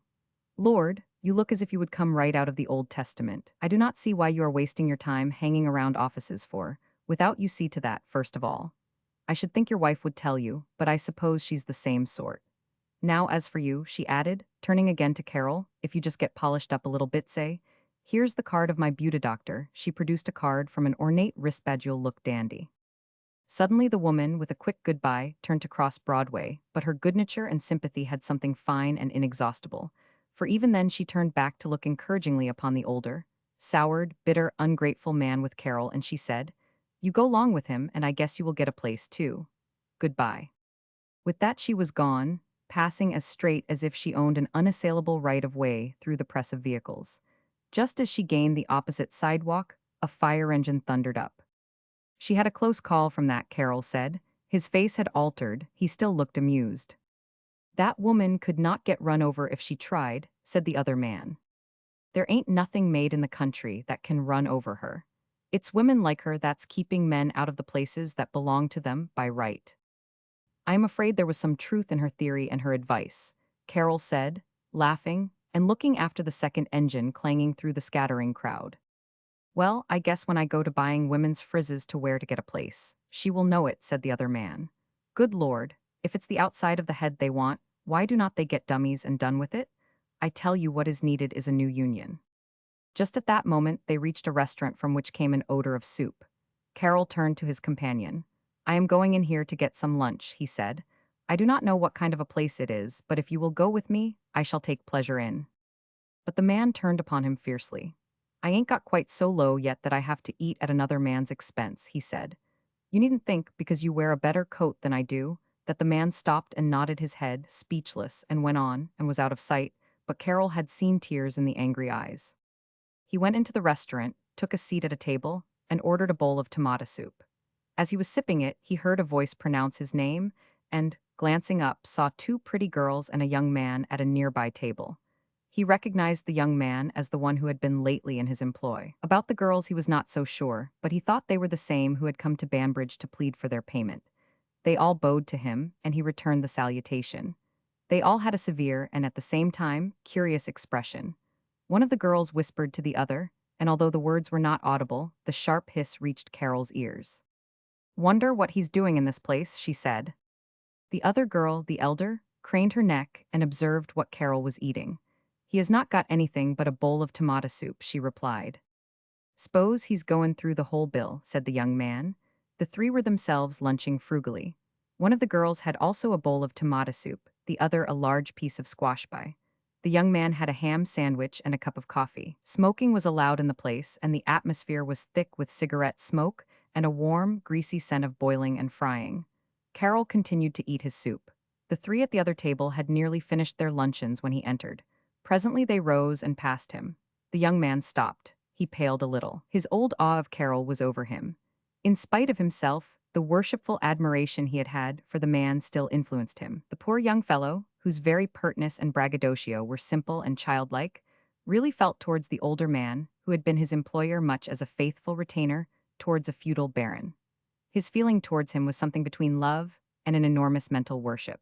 His little, ordinary soul seemed to flatten itself like an oriental before his emperor, when he spoke to Carol sipping his bowl of tomato soup in the cheap restaurant. He had, after all, that nobility of soul which altered circumstances could not affect. He was just as deferential as if Carol had been seated at a table in Delmonico's, but the fact remained that he was about to ask him again for his money. He was horribly pressed. He had obtained another position in one of the department stores, which paid him very little, and he was in debt, while his clothes were in such a degree of shabbiness that they were fairly precarious. The very night before he had sat up, until midnight mending a rent in his trousers, which he afterwards inked. And as for his overcoat, He always removed that with a sleight of hand lest its ragged lining become evident, and when ladies were about he put it on in an agony lest his arms catch in the rents. He had even meditated cutting out the lining altogether, although he had a cold. He was so in debt that he had stopped eating breakfast, and the leaving off of breakfast for other than hygienic reasons, and when it has not been preceded by a heavy dinner the night before, is not conducive to comfort. So he bent low over Carol and asked him in a small voice of the most delicate consideration if he could let him have a little on account. Carol had turned quite white when he approached him, but his regard of him was unswerving. "It is impossible for me today, Mr. Day," he replied, "but I assure you that you shall have every cent in the end." The tears actually sprang into the young fellow's nervously winking eyes. "It would be a great accommodation," he said, in the same low tone. "You shall have every cent as soon as I can possibly manage it," Carol repeated. "I have a position, but it does not pay me very much yet," said the young fellow, and I am owing considerable, and I need some things." His involuntary shrug of his narrow shoulders in his poor coat spoke as loudly as words. Carol was directly conscious in an odd, angry, contemptuous sort of fashion, and whether because of himself, or of that other man, or of an overruling providence, he would have been puzzled to say, of his own outer garment of the finest cloth and most irreproachable make. "As soon as I can manage it, every cent," he repeated, almost mechanically, and took another sip of his soup. The young fellow's winking eyes, full of tears, were putting him to an ignominious torture. The two girls had stood close behind the young man, waiting their turns. Now the younger stepped forward, and she spoke quite audibly in her high-pitched voice. "Good morning, Mr. Carroll," said she, with a strained pertness of manner. "Good morning," Carroll returned politely. He half arose from the table. The girl giggled nervously. Her pretty, even beautiful face under her crest of blonde hair and the scoop of a bright red hat paled and flushed. "Oh, do not stop your luncheon," said she. "Go right on. I just wanted to ask if you could possibly—" "I am very sorry," Carol replied, "but today it is impossible. But in the end you shall not lose $1. The girl pouted. Her beauty gave her some power of self-assertion, although in reality she was of an exceedingly mild and gentle sort. "That is very well," said she, "but how long do you think it will be before we get to the end, Mr. Carroll?" "I hope not very long," Carol said, with a miserable patience. "It had better not be very long," said she, and suddenly her high voice pitched to tragedy. If I cannot get another place that's decent for a girl to take," said she, "and if I do not get what's owing me before long, I shall either have to take one of them places or get a dose." She said the last word with an indescribably hideous significance. Her blue eyes seemed to blaze at Carol. Then the other girl pressed closer. "You needn't talk that way," said she to the girl. "You know that I ain't goin' to live on you," returned the other girl, violently. People were beginning to look at the group. "Now, you know, May," said the other girl, "my room is plenty big enough for two, and I am earning plenty to give you a bite till you get a place yourself. And you know you may get that place you went to see about yesterday." "No, I will not," said May. "It seems to me it's pretty hard lines that a poor girl cannot get the money she's worked as hard for as I have." The other girl pushed herself in front of May and spoke to Carol, and there was something womanly and beautiful in her face. "I have a real good place," she said, in a low voice, and she enunciated like a lady. "A real good place, and I will look out for May till she gets one, and I can wait until you are able to pay me. I will pay you all as soon as possible. I give you all my word I will pay you in the end," said Carol. He seemed to see the three go out in a sort of dream. It did not really seem to him that it was he, Arthur Carroll, who was sitting there in that smoking, greasy atmosphere, before that table covered with a stained cloth, over which the waiter had ostentatiously spread a damp napkin, with that bowl of canned tomato soup before him, and that thick cup of coffee with those three unhappy young creditors who had reviled and worse than reviled, pitied him, passing out, with the open glances of amused curiosity fastened upon him on every side. "Guess that dude is down on his luck," he heard a young man at his left say. "Guess he put the money he would ought to have paid that young lady with into his overcoat." His companion, a girl with a picture hat and a wide lace collar over her coat, responded. Carol felt that he was overwhelmed, beaten, at bay before utter ignominy. The thought flashed across him, as he tried to swallow some more of the soup, that in some respects, if he had been a murderer or a great bank defaulter with detectives on his track, the situation would at least have been more endurable. The horrible pettiness of it all constituted the maddening sting of it. While he was thinking this, the girl they called May came flying back, her blonde crest bobbing, her cheeks blazing. She looked like a beautiful and exceedingly vulgar little fury. She came close to Carol, while the other girl's voice was heard at the door pleading with her to come back. I will not come back till I have said my say, so there, she called back. Then she addressed Carol very loudly. She was transformed for the time. Hysteria had her in its clutch. She was half-ed, half-clothed, made desperate by repeated failures. There was also a love affair in the background. She was in reality not so very far removed from the carbolic acid crisis. I say, said she. I say, you would better look out. You would better pony up pretty quickly or you will get into trouble you do not count on. There was a man at the office that morning after you quit, and if he should happen to walk in here and see you, you would have a policeman after you. You would better look out. Carol felt his face flush hot. For the first time in his life, he was conscious of being actually down. He realized the sensation of the underdog, and he realized his utter helplessness, his utter lack of defense against this small, pretty girl who was attacking him. Everybody in the place seemed listening. Some of the people at the farther tables came nearer, others were craning their necks. The girl gave her head an indescribable toss, at once vicious, coquettish, and triumphant. Her blonde crest tossed, the scoop of her red hat rocked. I thought I would just tell you, said she. Then she marched, holding her skirts tightly around her, with a disclosure of embroidered ruffles and the contour of pretty hips, and there was a shout of laughter in the place. Carol pushed away his bowl of soup and turned to a grinning waiter near him. My check, he said. I ain't your waiter, replied the man insolently. Bring me my check for this soup and coffee, repeated Carol, and the man started. There was something in his look and tone that commanded respect even in this absurdity. In reality, for the time, he was almost a madman. His fixed idea reasserted itself. At that moment, if it had been possible that his enemy, the man who had precipitated all this upon him, could have entered the room, there would have been murder done. And again for the moment his mind overlapped on the wrong side of life, and the desire for death was upon him. There was that in his face which hushed the laughter. They had better not hound that man much farther. One man at the table on the right whispered to his companion, who nodded, with sharp eyes on Carol's face. They were both newspapermen. When Carol had paid his bill and passed out, one of the men, young and clean-shaven, pressed close to his side. Pardon me, sir, he said, but if you would allow me to express my regrets and sympathy. No regrets nor sympathy are required. Thank you, sir, replied Carol. If I could be of any assistance, persisted the man, who was short in his weekly column and not easily daunted. No assistance is required, thank you, sir, replied Carol. The man retreated and rejoined his companion at the table. Get anything out of him? Asked the other. No, but I can make something out of him, I guess. Poor devil, said the other man. It might have paid to shadow him, said the first man, thoughtfully. I should not wonder if he took a beeline for a drugstore. He looked desperate. Or perhaps the park. He looks like the sort that might have a pistol around somewhere. This man actually, after a second's reflection, left his luncheon and hastened after Carol, but he did not find him. Carol had recovered himself and had taken the elevated uptown to answer another advertisement.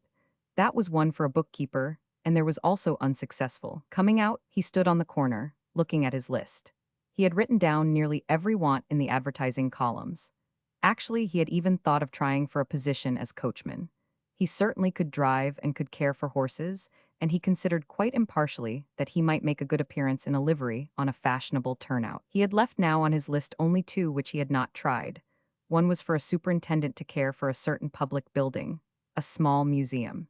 He had really a somewhat better chance there, apparently, for he had at one time known one of the trustees quite well. For that very reason he had put it off until the last, for he dreaded meeting an old acquaintance, and, two, there was a chance, though not a very good one, that the acquaintance might work harm instead of advantage.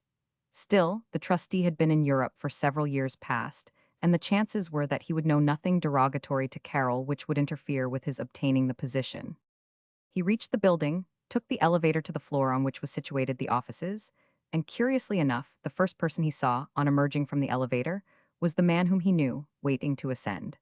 The man, whose name was Fowler, recognized him at once and greeted him, but with constraint. Carol immediately understood that in some unforeseen way the news which travels in circles in this small world had reached the other. He saw that he knew of his record during the last years.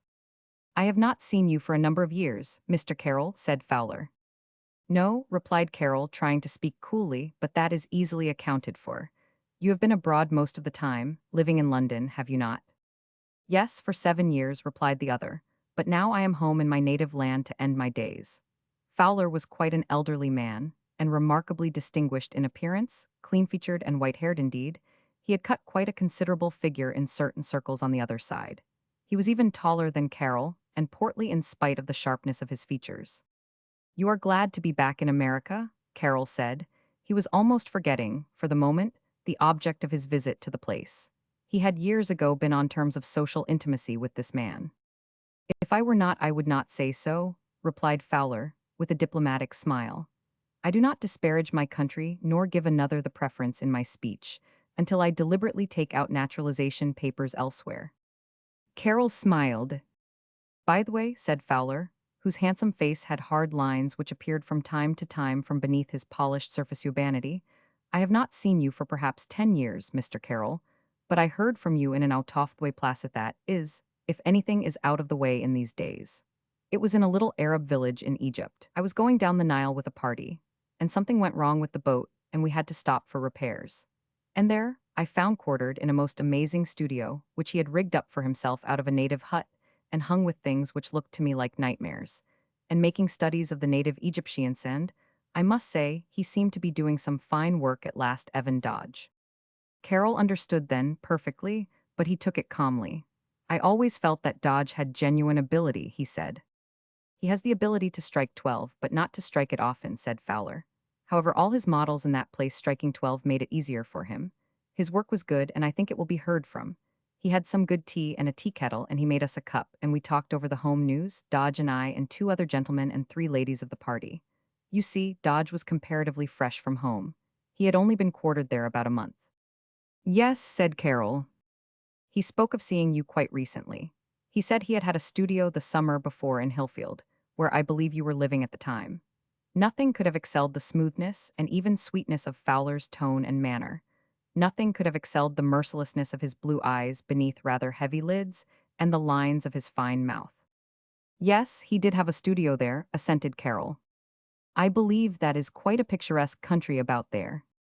Quite picturesque.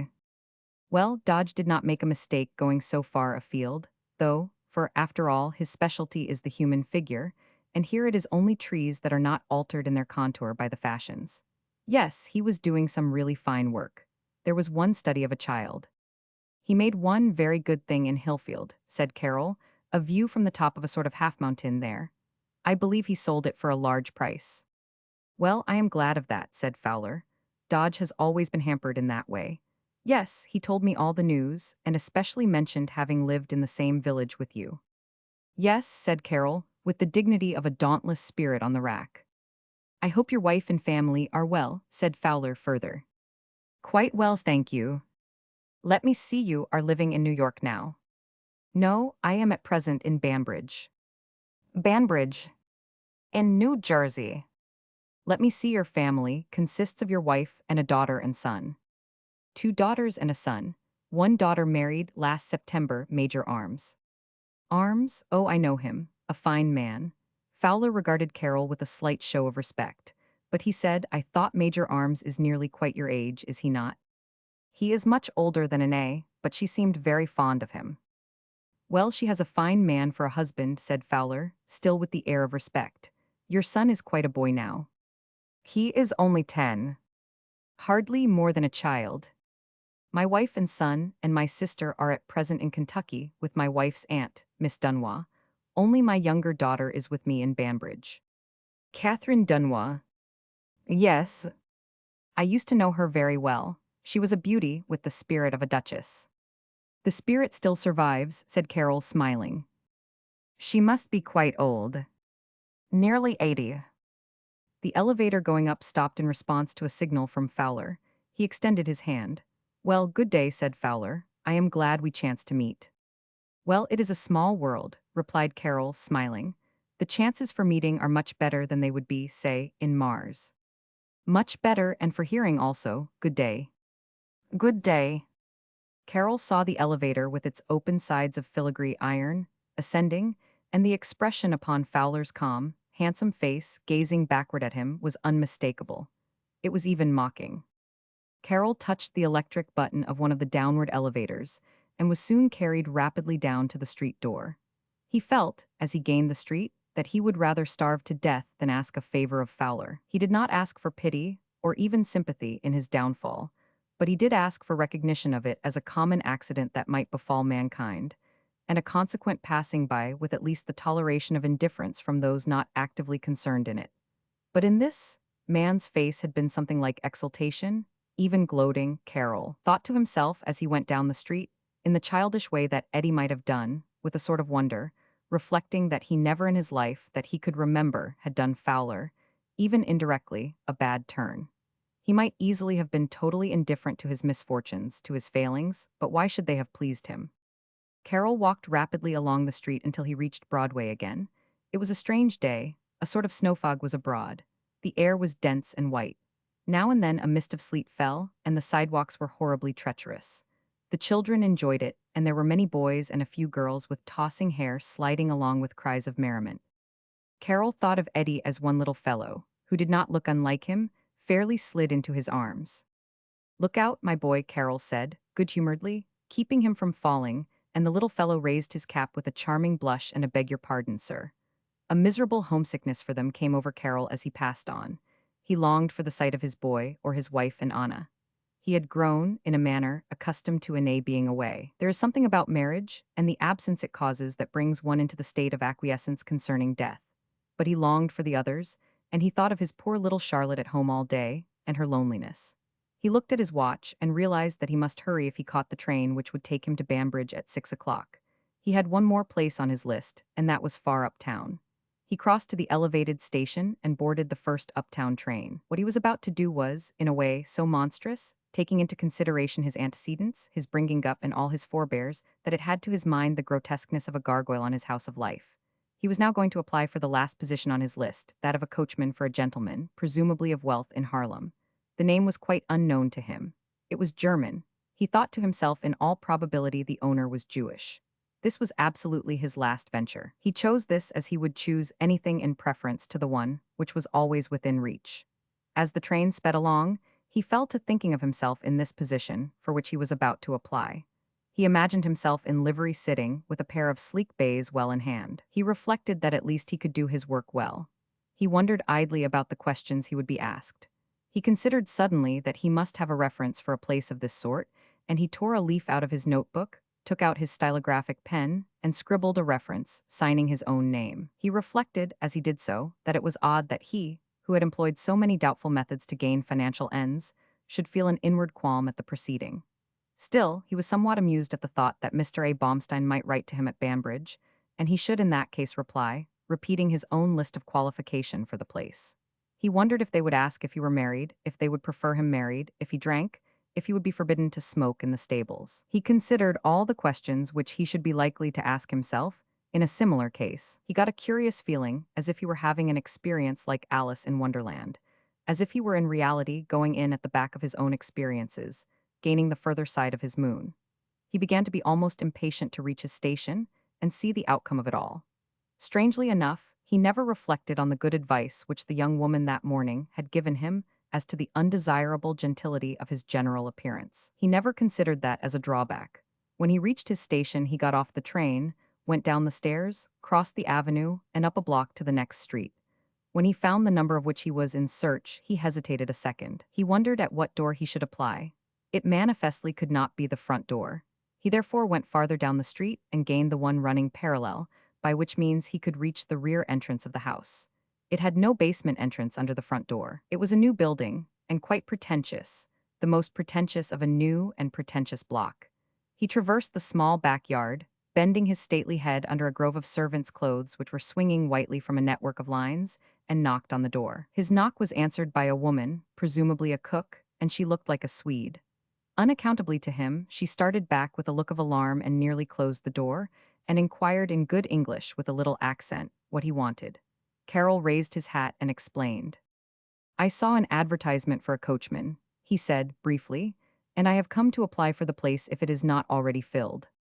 To his utter amazement, the door was closed violently in his face, and he distinctly heard the bolt shot. He was completely at a loss to account for such a proceeding. He remained standing, staring at the blank front of the door, and a light flashed across the room inside and caused him to look at the windows. The light had been carried into a room at the back, but he saw in the pale dimness of the kitchen a group of women and one boy, and they were all staring out at him. Then the boy started on a run across the room, and he heard a door slam. Carol waited. He could not imagine what it was all about, and a feeling of desperation was coming over him. It seemed to him that he must find something to do, that he could not go home again. The position of coachman began to seem desirable to him. Charlotte need not know what he was doing. No one need know. He had resolved to give another name, and he would soon find another position. This would be a makeshift. In this he could at least keep himself to himself. He need associate with nothing except the horses, and they were likely to be thoroughbreds. It would not, after all, be half so bad as some other things guiding superb horses through the streets and waiting at doors for his employers. To his mind, a coachman, that is, a city coachman, wears always more or less of a mask of stiff attention to duty. He could hide behind this mask. In reality, Carol was almost at the end of his strength. His pride had suddenly become a forgotten thing. He was wretchedly worn out, and in fact, he was hungry, almost famished. He had eaten very little lately, and poor Charlotte, in truth, knew little about cookery. He, in reality, became for the time what in one sense he was impersonating. He became a coachman in dire need of a job. Therefore he waited. He reflected, while he waited, that if they did not hurry he would miss his train and Charlotte would worry. In case he secured the position, she would certainly have to join the others in Kentucky. There would be no other way, for he would be obliged to remain in the city overnight. All at once the door before him was swung violently open, and a gentleman stood there. Carol felt at once that he was Mr. A. Baumstein. "What do you want, sir?" inquired the gentleman, and his tone was distinctly hostile, although he looked like a well-bred man, and it seemed puzzling that he thus received an answer to his application. "I saw your advertisement," Sir Carol began. "My advertisement for what, pray?" repeated Mr. Baumstein. "For a coachman," replied Carol, "and I thought if you had not already secured one." "Clear out, or I will call a policeman," thundered Mr. Baumstein, and again the door was slammed in his face. Carol then understood. A gentleman who would have been presentable at the Waldorf Astoria, at a gentleman's area door applying for a position as coachman, was highly suspicious. He understood readily how he would have looked at the matter had the cases been reversed. He made his way out of the little yard, dodging the fluttering banners of servants' clothes, and was conscious that his progress was anxiously watched by peering eyes at the windows. He reflected that undoubtedly that house would be doubly bolted and barred that night, and he would not be surprised if a special policeman were summoned, in view of the great probability that he was a gentleman burglar spying out the land before he descended upon it in search of the spoons and diamonds. Somehow the fancy tickled him to that extent that he felt almost as hysterical as a woman. He laughed aloud, and two men whom he met just then turned round and looked at him suspiciously. "Dopey, I guess," one said audibly to the other. It was now in Carol's mind to gain the elevated as soon as possible and hurry downtown to his ferry and catch his train.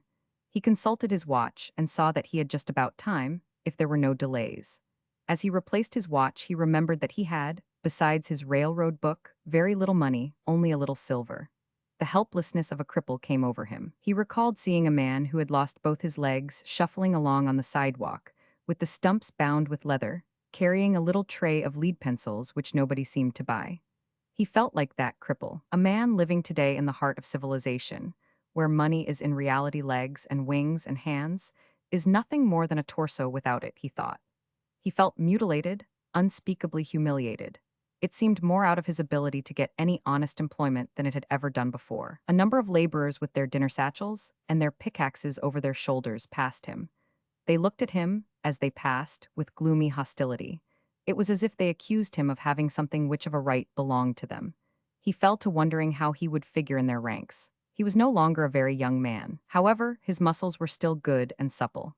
It really seemed to him that he might dig or pick away at rocks, as he had seen men doing in that apparently aimless and hopeless and never-ending fashion. He thought in such a case he should have to join the union, and he really wondered if they would admit him, if he pawned his clothes and should buy some poorer ones. He decided, passing himself before himself in mental review, that he might be treated by the leaders of a labor union very much as he had just been treated by Mr. Baumstein at his area door. He also decided that men like those who had just met him regard him with even worse suspicion and disfavor. He remembered stories he had read of gentlemen, of students, voluntarily joining the ranks of labor for the sake of information, but it seemed somehow impossible when it was attempted in earnest. Decidedly, his appearance was against him. He had the misfortune to look too much like a man who did not need to dig to easily obtain, in labor's parlance, a job to dig. Yet, while he thought of it, such was the man's desperation, his rage against his odds of life, that it seemed to him that a purely physical attack on the earth, to which he was fastened by some indissoluble laws of nature which he could not grasp, would be a welcome relief. He felt that with a heavy pick in his hand he could strike savagely at the concrete rock, the ribs of the earth, and almost enjoy himself. He felt that it would be like an attack, although a futile and ant-like one, at creation itself.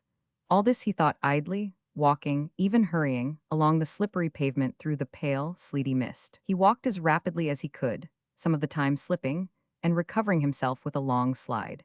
He came to a block of new stone houses, divided from another by a small space taken up by a little old-fashioned wooded structure that might have been with propriety in Banbridge. He noticed this, and the thought came to him that possibly it was the property of some ancient and opinionated mortal who was either holding it for higher prices or for the sake of some attachment or grudge. And just as he reached it, he saw coming from the opposite direction his old bookkeeper, William Albright. Albright, moving with a due regard to the dangerous state of the pavement, had still an alacrity of movement rather unusual to him. As he came nearer, it was plain to see that his soberly outlined face, long and clean-shaven, was elated by something. He started when he recognized Carol and stopped. Carol felt, meeting him, a sensation of self-respect like a tonic. Here was at least one man to whom he owed nothing, whom he had not injured. He held out his hand. "How do you do, Mr. Albright?" he said. "Quite well, thank you, Mr. Carroll," replied Albright. Then his delight, which makes a child of most men, could not be restrained. "I have just secured a very good position in a wholesale tea-house, Allen, Day Co., he said. "That is good," said Carroll, echoing the other's enthusiasm. He really felt a leap of joy in his soul because of the other's good fortune. He felt that in some way he himself needed to be congratulated for his good fortune, that he had been instrumental in securing it. His face lit up. "I am delighted, Mr. Albright," he repeated. "Yes, it is a very good thing for me," said Albright simply. "I was beginning to get a little discouraged. I had saved a little, but I did not like to spend it all, and I have my sister to take care of." "I am very glad," Carol said, still again. Albright then looked at him with a little attention, pushing, as it were, his own self, intensified by joy, aside. "You are not looking very well, Mr. Carroll," he said deferentially, and yet with a kindly concern. "I am very well," said Carroll. Then he pulled out his watch again, and Albright noticed quickly that it was a dollar watch. He remembered his suspicion. "I must hurry if I am to get my train," said Carroll. "You live here, Mr. Albright?" "Yes, I have lived here for 20 years. "Well, I am very glad to hear of your good fortune. Good day, Mr. Albright." Carroll had not advanced 3 paces from Albright before his feet glissaded on the thin glare of the pavement. He tried to recover himself, and came down heavily, striking his head. Then he knew no more for some time. Chapter 37. Charlotte had expected her father home at a little after 6 o'clock that night. That was the train on which he usually arrived lately. She had not the least idea what he was doing in the city. She supposed he was in the office as he had been hitherto. She never inquired. With all the girl's love for her father, she had a decided respect. She was old-fashioned in her ways of never interfering or even asking for information concerning a man's business affairs. Charlotte went down to the station to meet her father, as she was fond of doing. She had her dinner all ready. It was pretty bad, but she was innocently unaware of it. In fact, she had much faith in it. She had a soup which resembled greatly a flour paste, and that was in its covered tureen on the range shelf, keeping hot and growing thicker. She had cooked a cheap cut of beef from a recipe in the cookbook, and that was drying up by the side of the soup. Poor Charlotte had no procrastination, but rather the failing of haste makes waste of the old proverb. She had her cheap cut of beef all cooked at 3 o'clock in the afternoon, and also the potatoes and the accompanying turnips. Salad at that time of the year she could not encompass in any form, but she had a singular and shrunken pudding on the range shelf beside the other things. She set the coffee pot well back where it would only boil gently, and the table was really beautifully laid. The child's cheeks were feverishly flushed with the haste she had made and her pride in her achievements. She had swept and dusted a good deal that day, also, and all the books and bric-a-brac were in charming arrangement. She felt the honest delight of an artist as she looked about her house, and she said to herself that she was not at all tired. She also said that she was not at all hungry, even if she had only eaten a cracker for luncheon and little besides for breakfast. She realized a faintness at her stomach, and told herself that she must be getting indigestion. Her little stock of money was very nearly gone. She had even begun to have a very few things charged again at Anderson's. Sometimes her father brought home a little money, but she understood well enough that their financial circumstances were well-nigh desperate. However, she had an enormous faith in her father that went far to buoy her up. While she felt the most intense compassion for him that he should be so hard-pressed, it never occurred to her that it could be due to any fault or lack of ability in him. And she had, in reality, no doubt whatever of his final recovery of their sinking fortunes. She wrote her mother that Papa was going to the city every day, that they were getting on very well, and while they had not yet a maid, she thought it better to wait until they were perfectly satisfied before engaging one. The letters she had received at first from Mrs. Carroll had been childishly amazed and reproachful, although acquiescent. Her aunt had written her more seriously and with great affection. She told her to send for her at once if she needed her, and she would come. Charlotte, going down the street towards the station that night, expected a letter by the 5 o'clock train. She reached the post office, which was near the station, at 6:15, and she found, as she anticipated, letters. There were several for her father, which she thought, accusingly towards the writers, were bills. It was odd that Charlotte, while not really morally perverted, and while she admitted the right of people to be paid, did not admit the right of anyone to annoy her father by presenting his bill. She looked at the letters, and, remembering the wretched expression on her father's face on receiving some the night before, it actually entered into her mind to tear these letters up and never let him see them at all. But she put them in her little bag, and opened her own letters and stood in the office to read them. The train was not due for 15 minutes yet, and was very likely to be late. She had letters from her mother, Inez, and aunt. They all told of the life they were leading there, and expressed hope that she and her father were well, and there was a great deal of love. It was all the usual thing, for they wrote every day. There were also letters from them all for Carol. The Carroll family, when absent from one another, were all good correspondents, with the exception of Carol. There was even a little letter from Eddie, which had been missent because he had spelled Banbridge like two words Banbridge. Charlotte read her letters, smiling over them, standing aloof by the window. The post office was fast thinning out. There had been the customary crowd there at the arrival of the mailed, pushing and shrieking children, and the heavily shuffling loungersall people who never by any possibility got any letters, but who found a certain excitement in frequenting the office at such times. Just as Charlotte finished her last letter and replaced it in the envelope, Anderson came in for his mail. He did not notice her, but went directly to his box, which had a lock, opened it, and took out a pile of letters. Charlotte stood looking at him. He looked very good and very handsome to her. She thought to herself how very much better looking he was than Inez's husband. There was something about the manly squareness of his shoulders, as he stood with his back towards her, examining his letters, which made her tremble a little. She could not have told why. Suddenly he looked up and saw her, and she felt that the color flashed over her face and was ashamed and angry. Why should I do so? She asked herself. She made a curt, stiff little bow in response to Anderson's greeting, and he passed her going out of the office with his letters. Then she felt distressed. I need not have been rude because I was such a little idiot as to blush when a man looked at me, she told herself. It was not his fault. He has always been lovely to us.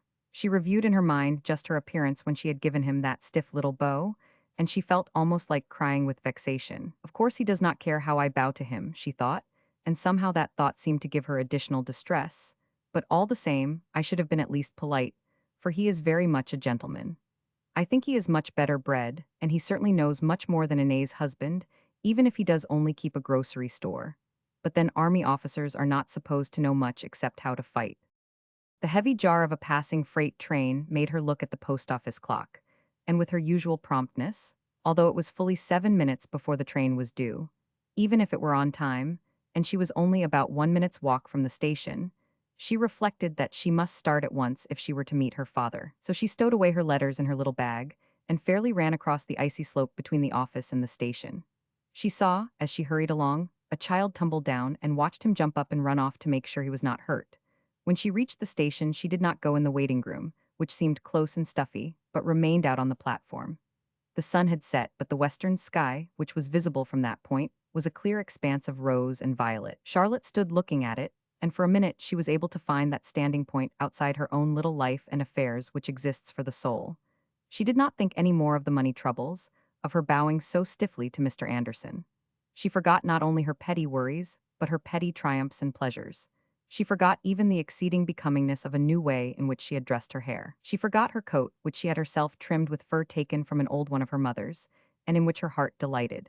She forgot her supreme dinner warming on the range-a-shelf at home. She forgot the joy she would soon have in seeing her father alight from the train. The little, young, untrained creature saw and knew for the moment only the eternal that which was and is and shall be, and which the sunset symbolized. Her young face had a rapt expression looking at it. "Dandy sunset, ain't it?" said a voice at her ear. She looked and saw Bessie Van Dorn, her large, blooming face, rosy with the cold, smiling at her from under a mass of tossing black plumes on a picture hat. The girl was really superb in a long, fur-lined coat. She had driven in a sleigh to the station, and she expected Frank Eastman on the train, and was, with the most innocent and ignorant boldness in the world, planning to drive him home, although she was not engaged to him and he was not expecting her. Her face, turning from the wonderful afterglow of the sunset to Charlotte's, had also something of the same rapt expression in spite of her words. "Yes, it is beautiful," replied Charlotte, but rather coldly. She was a friendly little soul, but she did not naturally care for girls of Bessie Van Dorn's particular type. She was herself too fine and small before such a mass of inflorescence. "It's cold," said Bessie Van Dorn further, "but land, I like it. Have you been sleigh riding?" "No, I have not," replied Charlotte. "Oh, I forgot," said Bessie. Charlotte knew what she had forgot, that the horses had gone for Detan. She reddened, but the other girl's voice was honest. "I would like to take you sometime," said Bessie. "Thank you," said Charlotte. "I would offer to take you home tonight," said Bessie, "but I have arranged to take somebody else." "Thank you, I could not go anyway," said Charlotte. "I am down to meet my father." "Oh," said Bessie. "Well, then you could not. A sleigh ain't quite wide enough for three, unless one of 'em is your best young man," she giggled. Charlotte felt ashamed. "My father is," she said, sternly. She fairly turned her back on Bessie Van Dorn, but she did not notice it, for the train was audible in the distance, and Bessie began calculating her distance from the car in which Frank Eastman usually rode, that she might be sure not to miss him. Charlotte stood on the platform, and also ran along by the side of the train, scanning anxiously the men who alighted. To her great astonishment, her father was not among them. She could scarcely believe it when the train went slowly past the station and her father had not got off. Bessie Van Dorn, driving Frank Eastman in her sleigh, with the fringe of fur tails dangling over the back, looked around at Charlotte slowly retreating from the station. "Why, her father did not come," said she. "Whose father?" asked young Eastman. He looked admiringly and even lovingly at the girl, and yet in a slightly scornful and shamed fashion. He hated to think of what some of the men he knew would say about her meeting him at the station. "Why, that poor little Charlotte Carroll's," said Bessie. "Say," she added, after a second's hesitation. "What?" asked young Eastman. "I have a good mind to ask her to ride. We are going her way, you do not mind." "Not a bit," said young Eastman, but he did think uncomfortably of Anne's sister seeing him with Bessie Van Dorn. Bessie promptly stopped. They had not yet made the turn from the station to the main road, and Charlotte was just behind them. "Say," she called out, "get in here. I will take you home just as soon as not." "Thank you," replied Charlotte. "I have an errand. I am not going home just yet." "All right," replied Bessie, touching her horse. "I would just as soon have taken you as not if you had been going home." "Thank you," Charlotte said again. "I declare, she looked as if she was just ready to cry," said Bessie to Eastman, as they drove up the street. She was quite right. Charlotte was horribly frightened by her father's non-arrival on the train. He had never come on a later train than that since the others had gone. The thought of returning alone to her solitary home was more than she could bear. She remembered that there was another train a half-hour later, and she resolved to remain down for that. She thought that she would go to Mr. Anderson's store and purchase some cereal for breakfast, that she might have that charged. She was conscious, but she tried to stifle the consciousness of a hope that Mr. Anderson would be there, and she might tell him that her father had not arrived on that train, and he would reassure her. But Mr. Anderson had naturally gone straight home from the post office to supper. Charlotte ordered her cereal and also a few eggs, then she went back to the station. It was nearly 20 minutes before the train was due. She walked up and down the platform, which extended east and west. The new moon was just rising, a slender crescent of light, and off one upper horn burned a great star. It was a wonderful night, cold, with a calmness and hush of all the winds of heaven which was like the hush of peace itself. Charlotte noticed everything, the calm night and the crescent moon, but she came between herself and her own knowledge of it. Her mind was fixed upon the train, and the terrible possibility that her father might not arrive on that. It seemed to her that if he did not arrive on that, it was simply beyond bearing. The possibility was too terrible to be contemplated with reason, and yet she could not have told just why she was in such a panic of fear. 1,000 things might happen to keep any businessman in the city later than he had expected. He had often been so kept while the others were home, but now she was alone, and she felt that he would certainly come unless something most serious had detained him. Charlotte had naturally a somewhat pessimistic turn of mind, and her imagination was active. She imagined many things. She even imagined the actual cause of Carol's detention, among others, that he had slipped on the ice and injured himself. The falling of the boy on her way to the 6 o'clock train had directly swerved her fancy in that direction, but she imagined everything. That was only one of many casualties. The train was a little late. She stood staring down the track at the unswerving signal lights, watching for the headlight of the locomotive, and it seemed to her quite certain that there had been an accident on that train. A thought struck her, and she went into the waiting room and asked the ticket agent if the train was very late. The agent was quite a young man, and he looked at her with a covert masculine coquettishness as he replied, but she was oblivious of that. All she thought of was that, if there had been an accident on the line and the train was late on that account, he would surely be apt to know. Her heart was beating so fast that she trembled, but he said 10 minutes and said nothing about an accident, and she was reassured. She turned to go after thanking him, and he volunteered further information. "There is a freight ahead delaying the train," he said. "Oh, thank you," replied Charlotte. Then she went out on the platform again and watched for the headlight of the locomotive, staring down the track past the twinkle of the signal lights. Suddenly it flashed into sight far off, but she saw it. She waited. Soon she heard the train.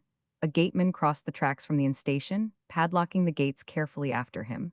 A baggage master drew a trunk to the edge of the platform. A few passengers came out of the waiting room. Charlotte waited, and the train came majestically around the curve below the station. She moved along as it came up, keeping her eyes on the cars. She seemed to have eyes with facets like a cut diamond. It was really as if she saw all the car doors at once, but she moved with a strange stiffness and could not feel her hands nor feet. Her heart beat so fast and thick that it shook her like the pulse of an engine. She moved along, and she saw every passenger who alighted. Then the train steamed out of the station with slowly gathering speed, and her father had not come on it. Charlotte, when she actually realized the fact, the possibility of which had seemed incredible, gained a little strength. It was like the endurance of disaster, which is sometimes more feasible than the contemplation of it. She thought at once what to do. In the event of her father having been delayed by some unforeseen business, he would surely telegraph. She at once crossed the slope from the station and went to Andrew Drake's drugstore, where the telegraph office was. She asked if a telegram had come for her, if one had been sent to the house. When the boy in charge answered no, she felt as if she had received a stunning blow. She had then no doubt whatever that something had happened to her father, some accident. The boy, who was young and pleasant-faced, watched her with a vague sympathy. In a moment she recovered herself. He might have sent a telegram which had not arrived. It might come any moment. The boy directly had the same thought. "The minute the telegram comes I will get it up to you," he said, earnestly. "I expect Mr. Drake back every minute and I can leave." "Thank you," said Charlotte. It was an hour and a half before the next train. She went out of the store and walked miserably along the street to her deserted home. Chapter 38.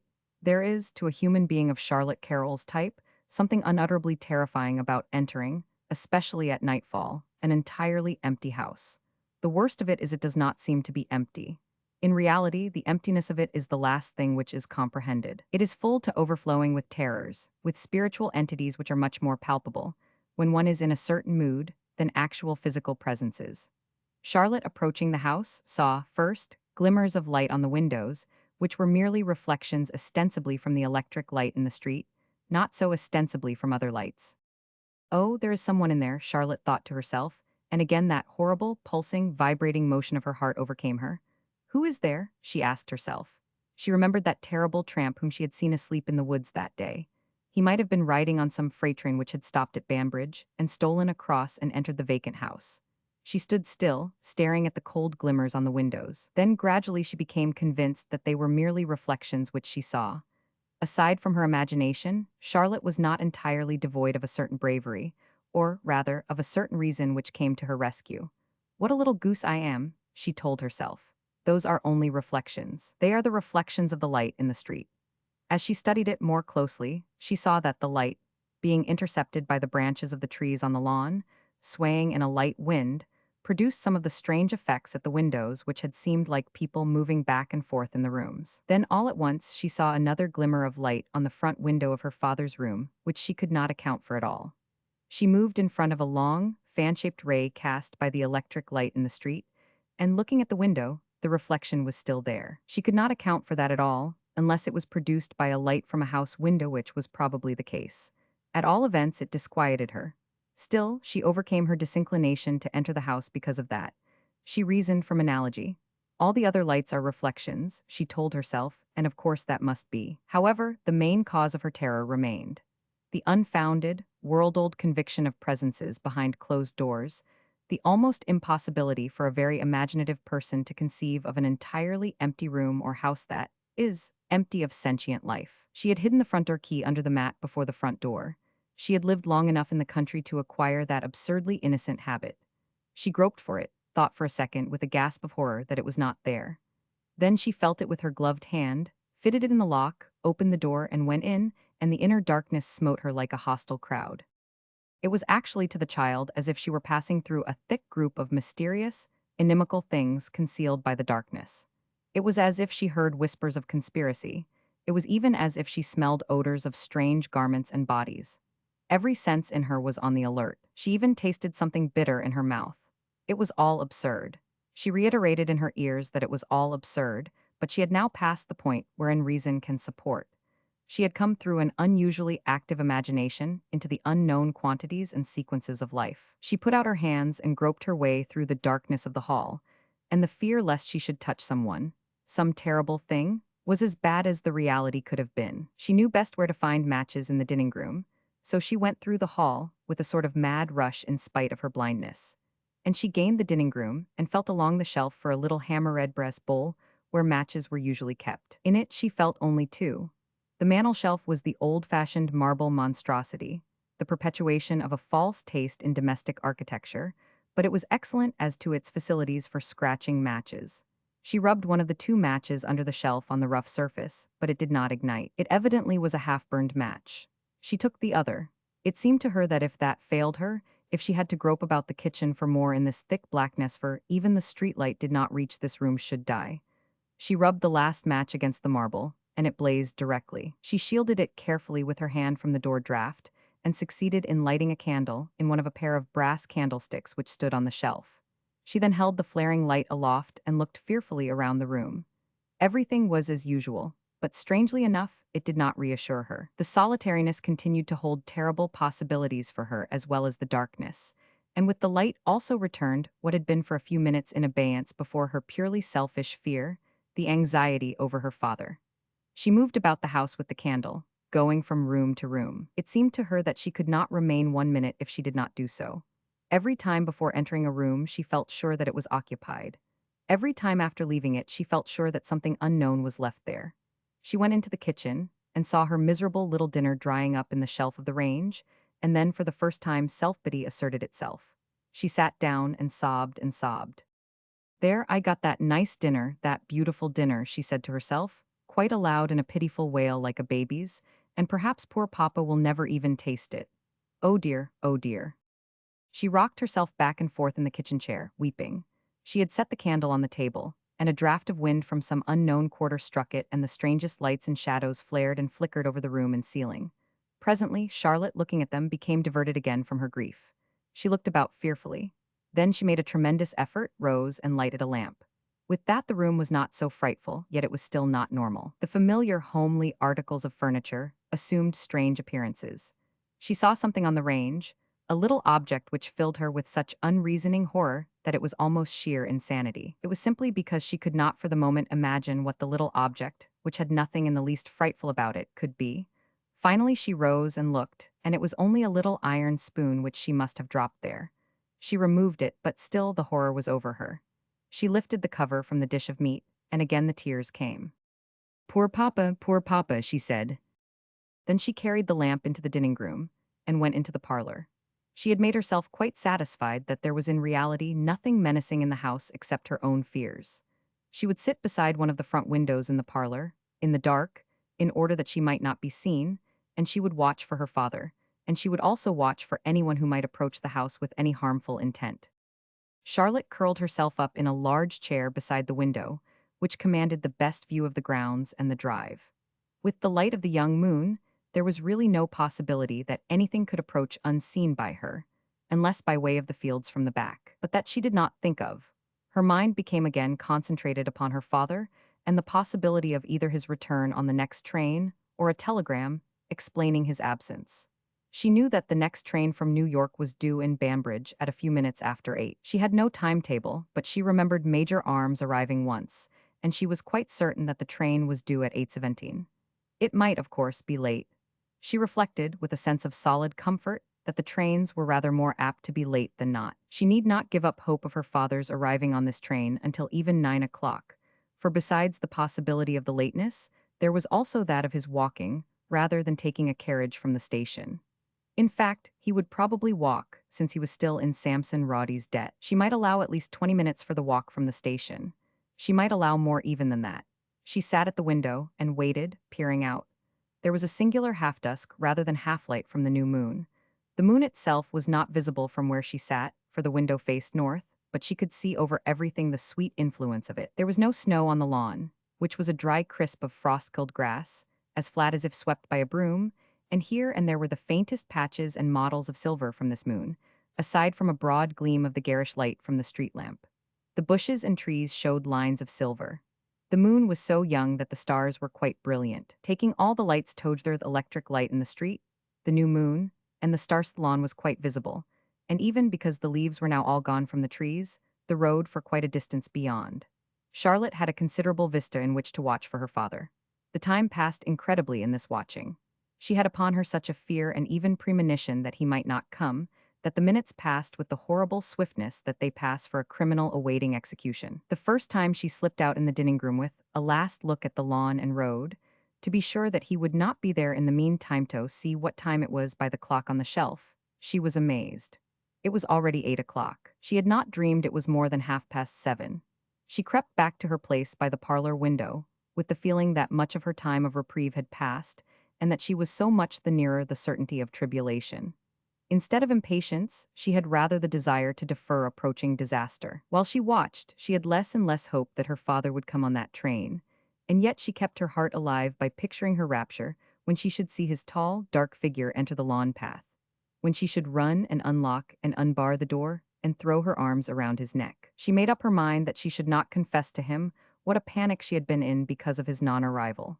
She planned how she would run and set the dinner, in which she still believed, on the table, and how hungry he would be for it. She was quite sure that her poor father did not in these days provide himself with sumptuous lunches in the city. But all the time she reared these air castles, she saw for a certainty the dark sky of her trouble through them. For some premonition, or a much modified form of prophecy, the rudimentary expression of a divine sense in reality exists. It existed in Charlotte watching for her father at the window, and yet so bound up was she in the probabilities and present sequences of things that she still watched. Now and then she made sure that she saw her father turn from the road into the lawn, but the figure, to her horror, would remain standing still in one place. It was simply a slender spruce which had seemed to start out of a corner of the night with a semblance of life. Now and then she actually did see a figure coming up the road, approaching the entrance to the lawn, and her heart leaped up with joy. She watched for it to enter, but that was the end. Whoever it was, it had passed the house and gone farther up the road. Those were the cruelest moments of any momentary revival of hope, and then the dashing it to the ground. By and by her eyes, strained with such watching, began to actually deceive her. She saw, as she thought, shadows approach and enter the house. Several times she ran to the door and opened it, and no one was there. After she had gone out in the dining room and seen that it was 8:17, the time when the train was due in Banbridge, she watched for the train. She knew that she could hear the rush of the train after it left the station. She could even catch a glimpse of the rosy fire of the locomotive through the trees, since the track was elevated. She therefore watched for that, but it was very late. That was unmistakably a great solace for her. She actually had a prayerful mood of thankfulness for the lateness of the train. It was that much longer that she need not give up hope. There was a few minutes that she felt quite easy. Suddenly she remembered how foolish she had been to watch for her father anyway, before she heard the arrival of the train. She realized that her head was overstrained, her reason failing her. How could Papa come before the train? She asked herself. But after a few minutes, her fears reasserted themselves. She watched for something inimical to appear crossing the lawn instead of her father. And then she heard a train, and she felt faint, but in a second she became aware that it was a long freight. No passenger train ever moved thus with the veritable choo-choo of the children, the heavy panting of two engines. Then after that she started again, for she heard a train, but it was as if she had been let fall by some wanton hand from a cruel height, for that train was clearly a fast express which did not stop at Banbridge. Then she heard a faint rumble of another freight on the Lehigh Valley Road. Then at last came the train for which she had been looking, the train on which her father might come, the train on which he surely would come unless some terrible thing had happened. She heard distinctly, with her sharpened ears, the stop of the train at the station, the letting off of steam. She heard the engine bell. She heard it resume its advance with slowly gathering motion. She saw a rosy flash of fire in the distance from the engine. Then she waited for carriage wheels, or for the sight of her father coming up the road. It was quite soon that she heard carriage wheels on the frozen ground, and she ran to the door and opened it, but the carriage passed. Samson Roddy was taking home the next neighbor. It will take Papa considerably longer if he walks, she told herself, and she locked the door and returned to her station at the window. She saw again a dark figure approaching on the road outside, and she thought with a great throb of joy that he had surely come, but the figure did not enter the grounds. She allowed 25 minutes for him to walk from the station. She said to herself if, when 25 minutes had elapsed, he had not come, she should certainly know that he had not come on that train. She did not dare look at the clock, but after a while, when she did so, she found it was 27 minutes after 8. Still that clock often gained. She ran out in the kitchen and looked at the clock there, but that had stopped at 7:30. It was very seldom that anybody remembered to wind up the kitchen clock since Marie went. Her own little watch was at the jeweler's in New Sanderson for repairs. She had nothing to depend on except the dining-room clock, which, to her great comfort, so often gained. She decided that she might wait until 10 minutes of 9 by that clock before she gave up hope. But the next time she went trembling out to look at it was only 3 minutes before 9. Then it occurred to her that her father might easily have had an errand at one of the stores before coming home. The post office would be closed. She had no hope for that, but he might have had some business. She thought that she might allow until 9:30 before she entirely gave up her father having come on the 8:17 train. It was then that she began running out on the lawn to the entrance of the drive to watch for him. She put a Roman blanket, which was kept on the divan in the den, over her head, and she continually ran out across the lawn and stood close to a tree, staring down the road for some sign of her father. Curiously enough, she was not nearly so terrified out of doors as in the house. The strain of returning to that vacant house was much worse for her than going across the lawn in the lonely night. She watched, and at last when she returned to the house and looked at the dining-room clock, it was 9:30, and she completely gave up all hope of her father having come on that train. A species of stupor, of terror and anxiety seemed to overcome her. She sat by the parlor window, still staring out from mere force of habit. She knew that the next and last train that night was not due until 1:30, presumably nearly 2 o'clock. She knew that there was not the slightest chance of her father's coming until then, but her mind now centered on the telegram. It did seem as if there must be a telegram, at least. All at once a figure appeared in the road and swiftly turned into the drive. She thought at once that the boy in the drugstore was bringing the telegram. Still, she resolved not to open the door until she was sure who it was. She peered closely from the window, and it was unmistakably the drugstore boy who emerged from the tree shadows and came up on the stoop. She ran to the door and unfastened it, not waiting for him to ring. She held out her trembling little hand for the telegram, but he kept his at his side. He looked at her, grinning half sympathetically, half sheepishly. He was an overgrown boy, perhaps 3 years younger than she, whom a pretty girl overwhelmed with an enormous self-consciousness and admiration. "Where is it?" asked Charlotte impatiently. "I ain't got nothing," said the boy. "Then why?" "I was going home from the store, and I thought I would just stop and let you know there wa'n't no telegrams yet. It wa'n't much out of my way." Charlotte gasped. "I thought it might be a relief to your mind to know," said the boy. "I thought you might be watchin'. I saw your father did not come on that other train. I was up at the station on an errand." "Thank you," said Charlotte feebly. The boy lingered a second with bashful eyes on her face, then he said again that he thought he would just stop in and let her know. He was going down the path, and she was just closing the door, when he called back that she might have a telegram if her father sent it by the postal telegraph system. "You will not get none from our place after now," he said, "for Mr. Drake will not bring up none so late. But if your father sends that way, you could get one, Meb." "Thank you," replied Charlotte, and the boy went away. When Charlotte re-entered the house and locked the door, a loneliness which was like a positive chill struck over her. It was much worse now since she had been in communication with another human being. If he had only been a girl, I would have gone down on my knees to him to stay all night with me, she thought. She tried to think if there was anybody in Bambridge whom she could ask to stay with her, but she could think of none. She thought of Marie, but she did not even know where she was. There was no woman whom she could call upon. She resumed her seat beside the window. She did not dream of going to bed. She had now to watch for the possible postal telegram. It would not be time for the last train for hours yet. She had the telegraph messenger and some possible marauder to watch for. She kept her eyes glued to the expanse of the lawn and small stretch of road visible between the leafless trees. Now and then a carriage passed, very seldom a walking shadow. She always started at the sight of these, thinking the telegram might be about to arrive. If the telegram should arrive, she expected fully that it would be of some terrible import.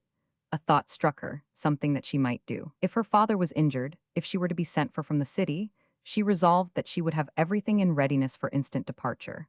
There was a train which Bambridge flagged after the arrival of the last train from New York. She lit a lamp, went upstairs, and packed a little traveling bag with necessaries, and made some changes in her dress, and felt a certain relief in so doing. She had very little money, and a book with 2 or 3 railroad tickets. She felt that she could start at a moment's notice should the telegram arrive. All the time she was packing, she was listening for the doorbell. It became quite firmly fixed in her mind what the telegram would be: that her father was terribly injured and had been carried to a hospital, that she should at once go to the hospital. It sometimes occurred to her that he might be even dead, but that idea did not so take hold on her fancy as the other. She left the lamp burning upstairs, thinking suddenly that it would be well to have the house present the appearance of being well inhabited. She took her hat and coat and her little traveling bag, and she went back to the place by the parlor window and stared out at the lawn again. It was growing very late. Soon it would be time for her to watch for the last train. It really seemed to the girl an incredible supposition of disaster that that train could pass by and her father not appear, and that in the face of her morbid and pessimistic conclusions. She was a mass of inconsistencies, of incoherencies. She at once despaired and hoped with a hope that was conviction. At last, when she saw by the clock that it only wanted a few minutes before the time when the last train was due, her spirits arose as if winged. She even went out in the kitchen and examined the wretched dinner to make sure it was still hot. She put more coal on the range. The house was growing very cold, and she knew that the furnace fire needed attention, but she absolutely dared not go down cellar alone at that time. They had very little coal, also, and had been in the habit of letting the furnace fire die down at night. She put on her coat when she returned from the kitchen and sat again by the window. She felt now an absolute certainty that her father would arrive on this train. She felt that it was monstrous to assume that her father would not come home all night and leave her alone with no message. She felt even quite radiantly happy sitting there. She said to herself what a little goose she had been. Even a noise made by some coal falling in the kitchen range failed to startle her. She now hoped that the train would not be late, and it was, in fact, very nearly on time. Then she watched for her father with not the slightest doubt that he would come. It had come to that pass that her credulity as to disaster had failed her. It was simply out of her power to credit the possibility of his not coming on this train when he had sent no telegram. She knew that there would be no carriage at the station at that hour, unless he had telegraphed for one from New York, and she questioned, in the state of their finances, if he would do that. She was therefore sure of seeing his figure appear, coming, with the stately stride which she knew so well, into view on the road below the lawn. She allowed 25 minutes for his appearance after she had seen the train pass. She knew nothing could detain him in the village at that time of night, and she was sure he would come within that time. She looked at the dining-room clock and found that she had, if she allowed that 25 minutes, just 15 minutes to wait. She sat shrugged up in her little fur-trimmed coat, for the house was growing very cold, and stared intently at the pale glimmer of the road. After the 25 minutes had passed, she went out in the dining-room and looked at the clock. The time was more than past, there was no doubt. Her father had not come. The panic seized her. She was now dashed from the heights of hope, and the shock was double. She realized that her father had not come, would not come that night, that she would probably have no telegram. She realized that she was all alone in the house. Now again, unreasoning fear as well as the anxiety for her father seized her. Again, the conviction of the awful population of the empty rooms was upon her. She sat down again by the window, and she tried to make her reasoning powers reassert themselves. If anything comes this way, I shall see it in time, and I can run out the back door and across to the neighbors, she told herself. If anything comes in the back way, I shall hear and have time to run out the front door, and I know there is nothing in the house. But she could not reassure herself, since what terrified her, and even temporarily unbalanced her, was fear itself. Fear multiplied, growing upon itself, spreading out new tentacles with every throb of her imagination, filling the whole house. All her life she had thought what a frightful thing it would be if ever she were left alone by herself in a house, all night, and now worse than that had come to pass, for she was not alone. The house was peopled by fear and the creatures of fear. She heard noises constantly that she could not account for, and she also saw things which she could not account for. Again, the small and trivial, acutely stinging horror of some ordinary object in a new and awful guise possessed her. She was almost paralyzed at the sudden glimpse of something on the divan across the room. It was a long time before she could possibly totter to investigate and ascertain it was one of her own gloves. But it did not strike her as at all funny. There was still something frightful to her about the glove. She went back to the window, and soon she distinctly heard a noise upstairs, and then a shadow crossed the ceiling. A new horror seized Hera horror of herself. She felt that in another moment she might herself become a very part and substance of the fear that was oppressing her.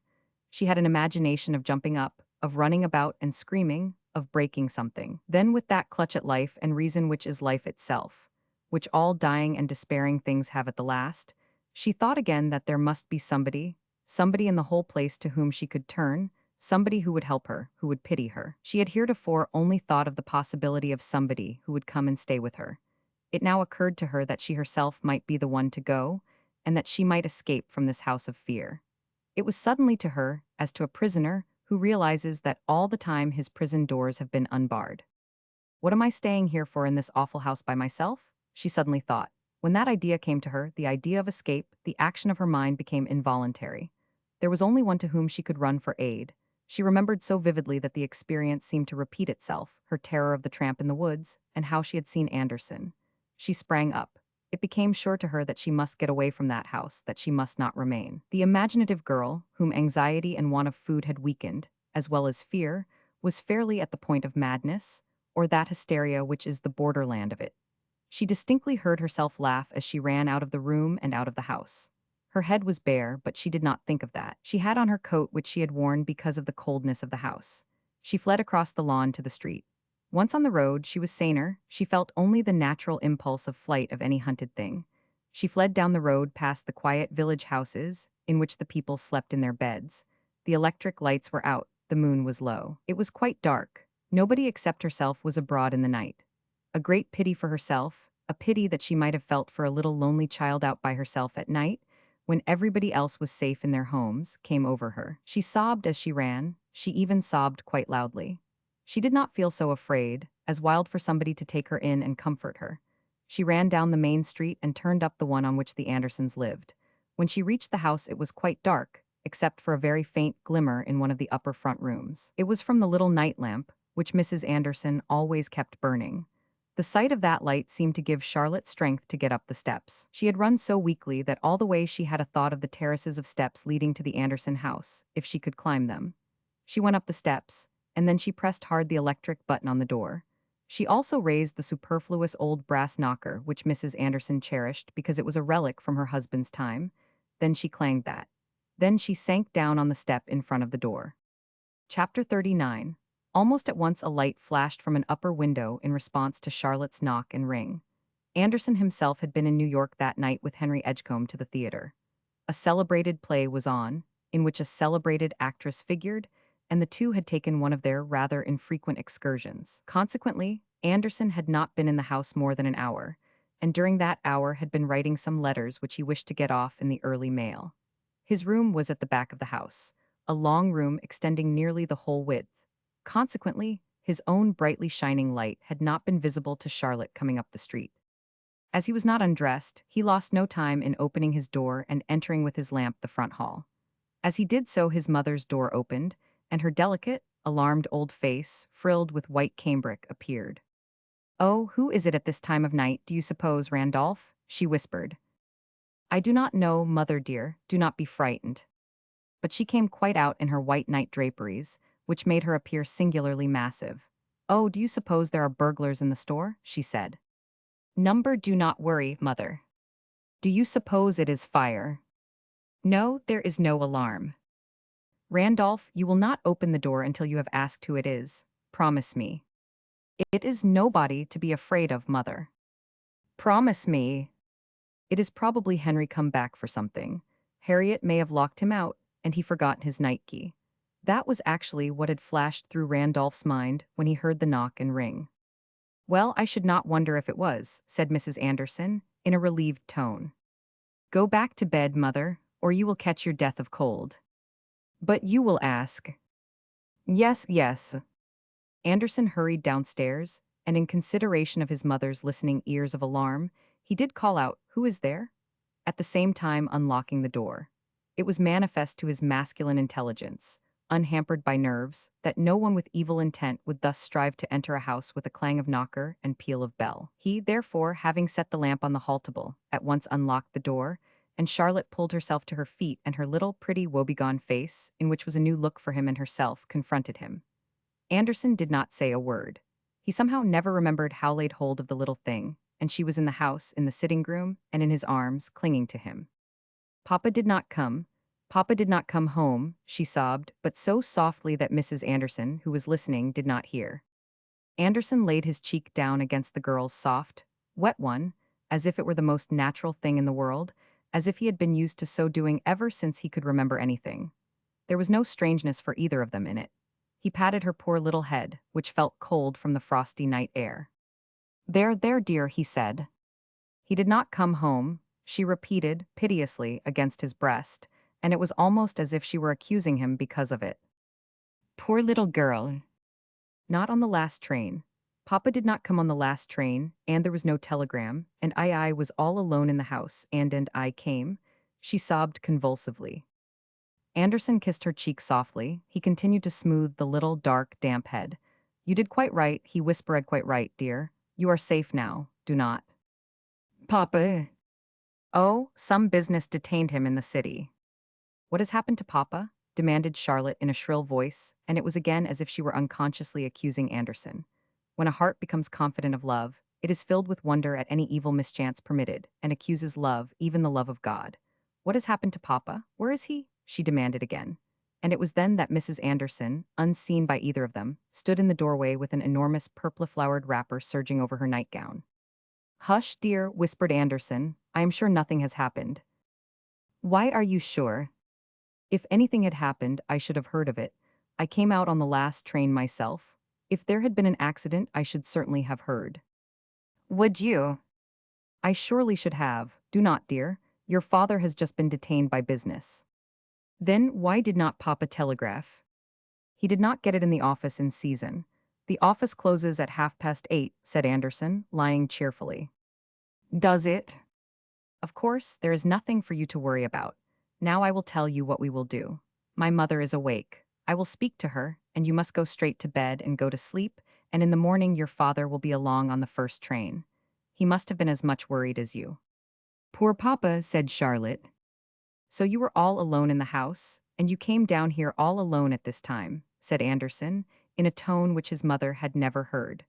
But it was then that she spoke. Did not her father come home? She asked. When the girl turned like a flash and saw her, she seemed to realize for the first time that she had been, and was, doing something out of the wanted. A great, burning blush surged all over her. She shrank away from the man who held her. She cowered before the other woman. No, Papa did not come, she stammered, and I did not know what to do, and I came here. You did quite right, you precious child, said Mrs. Anderson, suddenly, in a voice of the tenderest authority. She held out her arms, and Charlotte fled to them. Mrs. Anderson looked over the girl's head at her son with the oddest and most inexplicable reproach. You go up and see if the heat is turned on in that little room out of mine, she commanded, and then you go into the kitchen and see if you cannot find the milk, and set some on the stove to warm. You can pour a little hot water in it to hurry it. If the fire is not good, open the dampers. And Randolph, you get my hot water bag out of my bed, and fill it from the teakettle. That water will be hotter than the bathroom. This time of night and you bring it right up. Be as quick as you can. Then all in the same breath she was comforting Charlotte. Your father is all right, dear child. Do not you worry, one might not one might. I remember once when I was a girl, my father did not come home, and mother and I were almost crazy, and he came in laughing the next morning. He had lost his last train because there was a block on account of the ice. The river was frozen over. There is nothing for you to worry about. Now come right upstairs and go to bed. There is a little room out of mine, as warm as toast, and you will not be a bit afraid. There you were all alone in that great house, you poor, blessed child. Charlotte sobbed, but now with a certain comfort. I should have been so afraid. I should have lost my senses, all alone in a house at your age, said Mrs. Anderson, all the time gently impelling the girl along with her. Of course there is nothing to be afraid of but one imagines things, and you came here all alone at this time of the night. Yes, responded Charlotte, with a gasp of the intensest self-pity, sure of an echo. Randolph ran upstairs before his mother and Charlotte and snatched the hot water bottle out of his mother's bed, and was out the opposite door, which connected with the back stairs leading to the kitchen. As he went out, he heard his mother say, "All that way alone this time of night, you poor, precious child," and Charlotte's little, piteous yet comforted sob in response, exactly as a hurt baby might respond to commiserations. He felt his own knees tremble as he went downstairs, carrying the hot water bottle, which had always struck him as a rather absurd article, to be regarded with the concessions which a man should make to the little, foolish devices for the comfort of a softer and slighter sex. He hunted up the milk in the icebox and warmed it with solicitude in a china cup, which, luckily, did not break. The fire was still very good, and the water in the tea kettle quite boiling. It was not long before he knocked at his mother's door, bearing the water bottle dangling on one wrist and carrying the cup of milk. His mother opened the door just wide enough to receive the articles. "Is the milk hot?" she asked. Randolph meekly replied that it had almost boiled. "The water bottle is hot, too," said his mother in a satisfied tone. "She is undressed. I got one of my nightgowns for her, and it is quite warm in the little room. Now I am going to take this in to her and make her drink the milk, and I hope she will get to sleep." "I hope she will," replied Randolph in a sort of dazed fashion, and there was a foolish radiance over his face, and he did not meet his mother's eyes. "I am coming into your room a minute, after I see to her," said his mother, and if the man had been a child, the tone would have sounded ominous. "All right, mother," replied Anderson. He crossed the hall to his room lined with books with the narrow couch. It hardly seemed like a bedroom, and indeed he spent much of his time, when not at the store, there. He resumed his seat in the well-worn easy-chair beside his hearth, upon which smoldered a fire, and waited. He still felt dazed. He had that doubt of his own identity which comes to us at times, and which is primeval under stress of a great surprise. The old nursery rhyme of the old woman who had her petticoats clipped and was not sure of herself, has a truth in it which dates from the beginning of things. Anderson, sitting precisely as he had been sitting before in the same chair, by the same hearth, had even taken up the same book in which he had thought to read a chapter after his letters were finished. Before retiring was as completely removed from his former state as if he had been translated into another planet. He looked around the long room, which had a dark, rich coloring from the backs of old books, and some dark red hangings, and even that had a curious appearance of unsubstantiality to him. Or was it substantiality? Suddenly it seemed to him that heretofore he had seen it all through a glass, and now with his natural eyes. He had attained a height in nature whence the prospect is untrammeled by imaginations and shows in the clear light of reality. He thought of the girl whom his mother was coddling, tucking into bed as if she were a baby, and such a wave of tenderness and protection came over him that he felt newly vivified by it. It was as if his very soul put forth arms and wings of love and defense. The dear little girl, he thought to himself, the dear little girl. The thought that she was safe under his roof, away from all fancied and real terror, filled him with such a joy that he could scarcely contain it. He imagined her nestling in that warm little bed out of his mother's room, and the satisfaction that he might have felt had she been his child instead of his sweetheart filled him with pure delight. He tried to imagine her terrors, her young girl terrors, alone in that house, her panic running alone through the night streets, and he even magnified it through inability to understand it. He said to himself that she might have almost gone mad, and again that sublime joy, that immense sense of the protection and tenderness of love, filled his soul, which seemed to put forth wings. Then the door opened and his mother entered softly, slipping through in her voluminous, purple-flowered draperies, with glimpses of white frills and large padding feet in purple-knitted slippers. She still wore her frilled nightcap, and her face confronted him from the white setting with a curious severity. Her hair was put up on crimping pins, and her high forehead gave her a rather intellectual and stern appearance, and she looked much older. Randolph rose. "Sit down, mother," he said. "No, I am not going to stop a minute. I am going back to her. She seemed real quiet, and I think she will go to sleep, but if she should wake up and find herself alone, she might be frightened." Mrs. Anderson spoke as if of a baby in arms. "Yes, she might. She has had a terrible shock," Anderson said, in what he essayed to render a natural tone. "Terrible shock, I should think she had, poor child," said Mrs. Anderson, and she seemed to reproach him. It was a long way for her to come alone, said Anderson, as if he were trying to excuse himself. I should think it was. It's a good mile, and that was not the worst of it. Worrying about her father and all alone in the house? I was always scared to death alone in a house, and I know what it means. She still seemed reproachful. She must have been frightened. I should rather think she would have been. Suddenly his mother's face regarding his took on a different expression. It became shrewd and confidential. Do you suppose her father has taken this way of? She said. No, answered Randolph emphatically. You do not. No, I do not. I do not know the man very well, and I do not suppose his record is to be altogether justified. But, if I know anything, he would no more go voluntarily and leave that child alone all night to worry over him than I would.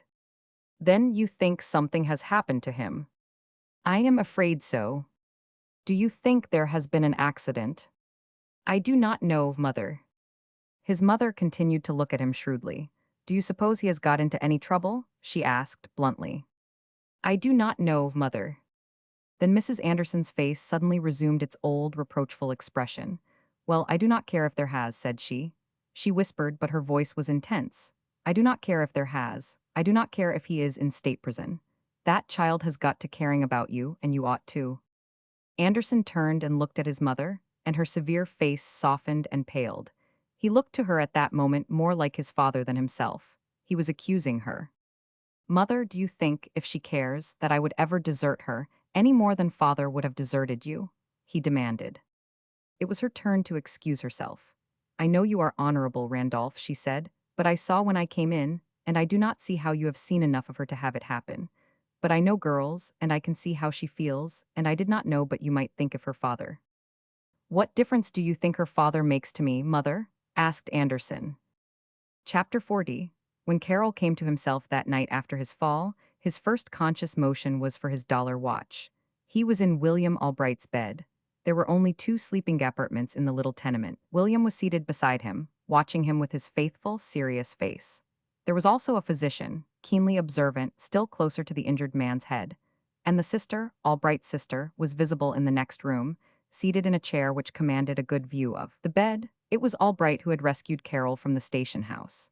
For when he did not rise, the usual crowd, who directly attribute all failures to recover oneself from a manifestly inappropriate recumbent position, had collected, and several policemen were on the scene. I know this gentleman, Albright said in his rather humble, still half-respectful, voice which carried conviction. I know this gentleman. I have been a bookkeeper in his office. He slipped on the ice. I saw him fall. He is not drunk. One of the policemen, who had been long in the vicinity and knew Albright, as from the heights of the law one might know an unimportant and unoffending citizen, responded. All right, he said laconically, hospital. Guess he's hurted pretty bad, remarked another policeman, who was a handsome athlete. Hospital? Inquired the first, who was a man of few words, of Albright. I guess we would better have him taken to my house. It's right here, replied Albright. Then we will call in Dr. Wilson and see how much is the matter with him. Maybe he's only stunned.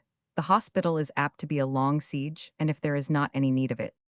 His house is right here, said the first policeman to the second with a stage aside. All right, said the second. A boy pulled Albright by the sleeve. Say, I will go for the doc, he cried eagerly. He was enjoying the situation keenly. Well, replied Albright, be quick about it. Tell him there's a man badly hurt at my house. The boy sped like a rocket and three more with him.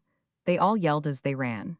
They were street gamins of the better class and were both sympathetic and entertained. They lived in a tenement house near Albright and knew him quite well by sight. Meantime, the two policemen carried Carroll the short distance to William Albright's house. He was quite unconscious, and it was an undertaking of considerable difficulty to carry him up the stairs, since the Albrights lived in the second story. The clerk in the department store, and his mother, who lived on the first floor, came to their door in undress and offered their hospitality, but Mr. Albright declined their aid. No, he said, I know him, it is Mr. Carroll, he had better be taken up to my rooms. When at last they laid the unconscious man on Albright's bed, which his sister, pale, and yet with a collectedness under such surprising circumstances which spoke well for her, had opened, the policeman, who was not an athlete, and was, in fact, too stout, wiped his forehead and said, Gee. The other remained, looking at the injured man soberly. Guess he's hurted pretty bad, he remarked again. You bet, said the first, gee. Albright's sister came with the camphor bottle, which she kept in a sort of folklore fashion, as her mother had used to do in the country. Albright brought the whiskey, of which he kept a small supply in the house in case of dire need, and stood over Carol with that and a teaspoon, with a vague idea of trying to insinuate a few drops into his mouth. The two policemen clamped heavily downstairs, agreeing that they would remain until the doctor came, and see if it was to be the hospital after all. Guess he's hurted pretty bad, remarked the handsome policeman for the third time. The doctor came quickly, almost on a run.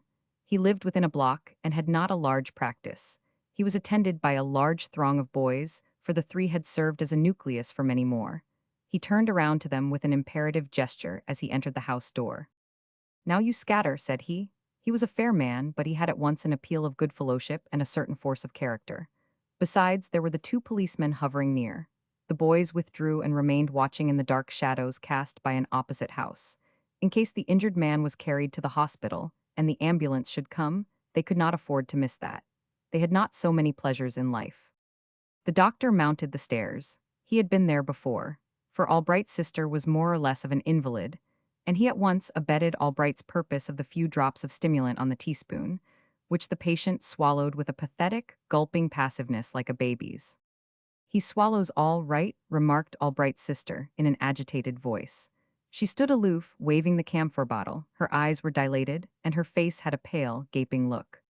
You go out in the other room and stay there, said the doctor to her, with the authority which a hysterical woman defers to and adores. Albright's sister was a very good woman, but she had sometimes imagined, then directly driven the imagination from her, with a spiritual scourge like a monk of old, what might have happened if the doctor were not already married. Carol's forehead was dripping with camphor, and there was danger should he open his eyes. The doctor wiped the pale forehead gently and spoke to him. Well, you had quite a hard fall, sir, he said, in a loud, cheerful voice, and directly Carol answered like a somnambulist. Yes, quite a fall. Then he seemed to lapse again into unconsciousness. The doctor and Albright remained working over him, but it was within 15 minutes before the time, when the last train for Banbridge was due to leave New York, that he made the first absolutely conscious motion. He is feeling for his watch, said Albright, in an agitated whisper. His wits were sharpened with regard to Carol's watch. Carol's coat and vest had been removed and were hanging over a chair. Albright at once got the dollar watch from its pocket and carried it over to the sick man. Here is your watch, Mr. Carroll, he said, and his voice was full of both respectful and tender inflections. A sob was distinctly heard from Albright's sister out in the sitting room. The woman from downstairs, the department clerk's mother, was now with her. He wants to see if his watch is safe, poor man, said she, in a tearful voice, and Albright's sister whimpered again. It's a wonder some of them kids did not swipe it, said the downstairs woman, and Albright's sister was conscious of a distinct thrill of disgust in the midst of her excitement and pity. She was of a superior sort to the downstairs woman, and she often told her brother she could not get used to folks using such language. Poor Carol was looking dimly at his watch, and Albright at once divined that he could not distinguish the time without his eyeglasses. He therefore leaned over him. His own spectacles were on his nose and told him the time. It's almost 17 minutes past 12, Mr. Carroll, he said. Carroll made a movement to rise, then subsided with a groan. Where am I? He inquired feebly, with a bewildered stare around the strange room. Directly opposite him hung a large crayon portrait of Albright's father, a handsome man with a reverend beard like a prophet, and his eyes became riveted upon that. You are in my house, Mr. Carroll, said Albright, with a tender, caressing motion of his hand towards him, like a woman. You had a fall on the ice, Mr. Carroll, said the physician, in a tone of soothing explanation, but you will soon be as good as new. How far uptown? Inquired Carroll, still gazing at the portrait, which had an odd hardness of outline, and appeared almost as if carved out of wood. You are at 125th Street, replied Albright. You are at my house, Mr. Carroll. You fell right out here, and I had you carried in here. Carroll tried again to rise and made a despairing gasp. Oh my God, he said, I have lost the last train out. There is not time to get down to the ferry, and there is that poor child all alone there, and she will not know. You can send a telegram, suggested the doctor. Now, Mr. Carroll, do not get excited. She will be all right, said Albright. What is it? Asked the downstairs woman, coming to the door. His daughter is all alone in the house, I guess, and he's worried about her, explained Albright. There ain't nothin' goin' to eat her, if she is there? Inquired the downstairs woman. I will run with a telegram, said Albright eagerly to the doctor. But at that moment Carroll lapsed into unconsciousness. The excitement had been too much for him. He lay as if asleep. Where does he live? Asked the doctor of Albright. I do not know exactly. Somewhere out on the Pennsylvania Railroad. You do not know? Repeated the doctor with a faint accent of surprise. Albright shook his head. You were bookkeeper in his office. Yes, but I have not been there for some time. I never asked any questions. The doctor turned and looked at Carroll. Then he went out of the room, with Albright following, and gave him some directions. He asked for a glass 2/3 full of water and poured some dark drops into it. The minute he gets conscious again, give him a spoonful of this, he said, and you had better sit beside him and watch him. Then he turned to Albright's sister, who was trembling from head to foot with a nervous chill. You take a dose of that whiskey your brother gave him, he said, jerking his shoulder towards the inner room, then go to bed, and do not worry your head about him. Oh, doctor, he is not going to die here. Die here? No, nor nowhere else for one while. There is nothing the matter with the man except he bumped his head rather too hard for comfort. How long is he likely to be here on their hands? Inquired the downstairs woman. He will be able to go home in the morning, I think, said the doctor.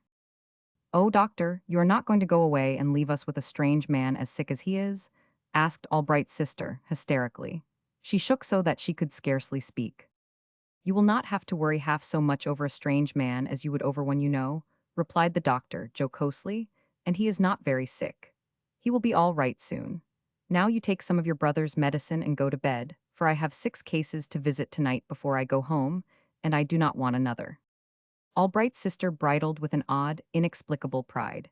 She did not like to be a burden on her brother, nor make trouble, but there was a certain satisfaction in having the downstairs woman, who, she had always suspected, rather made light of her ailments, hear for herself that she was undoubtedly delicate. Even the minor and apparently paradoxical pretensions of life are dear to their possessors in lieu of others. Very well, I suppose I have got to mind the doctor, she replied, and even smiled foolishly and blushed.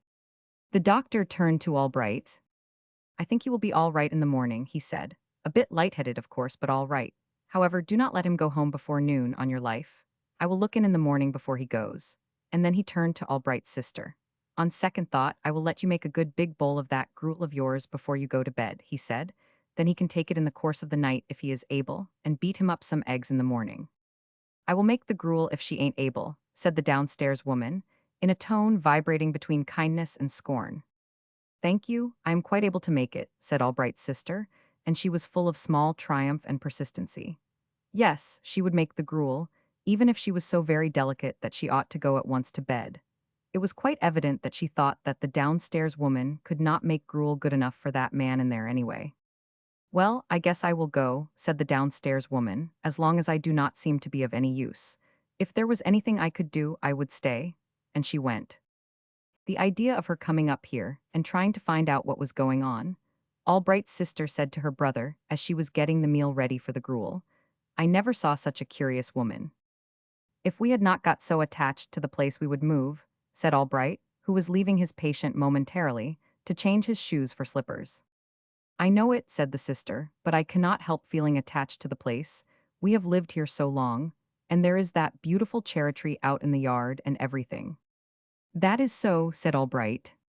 I am glad Mr. Carroll did not have to be carried to a hospital. I suppose he would have been if I had not happened to be right on the spot, said Albright, reflectively, to his sister. You think he will be all right in the morning, do not you?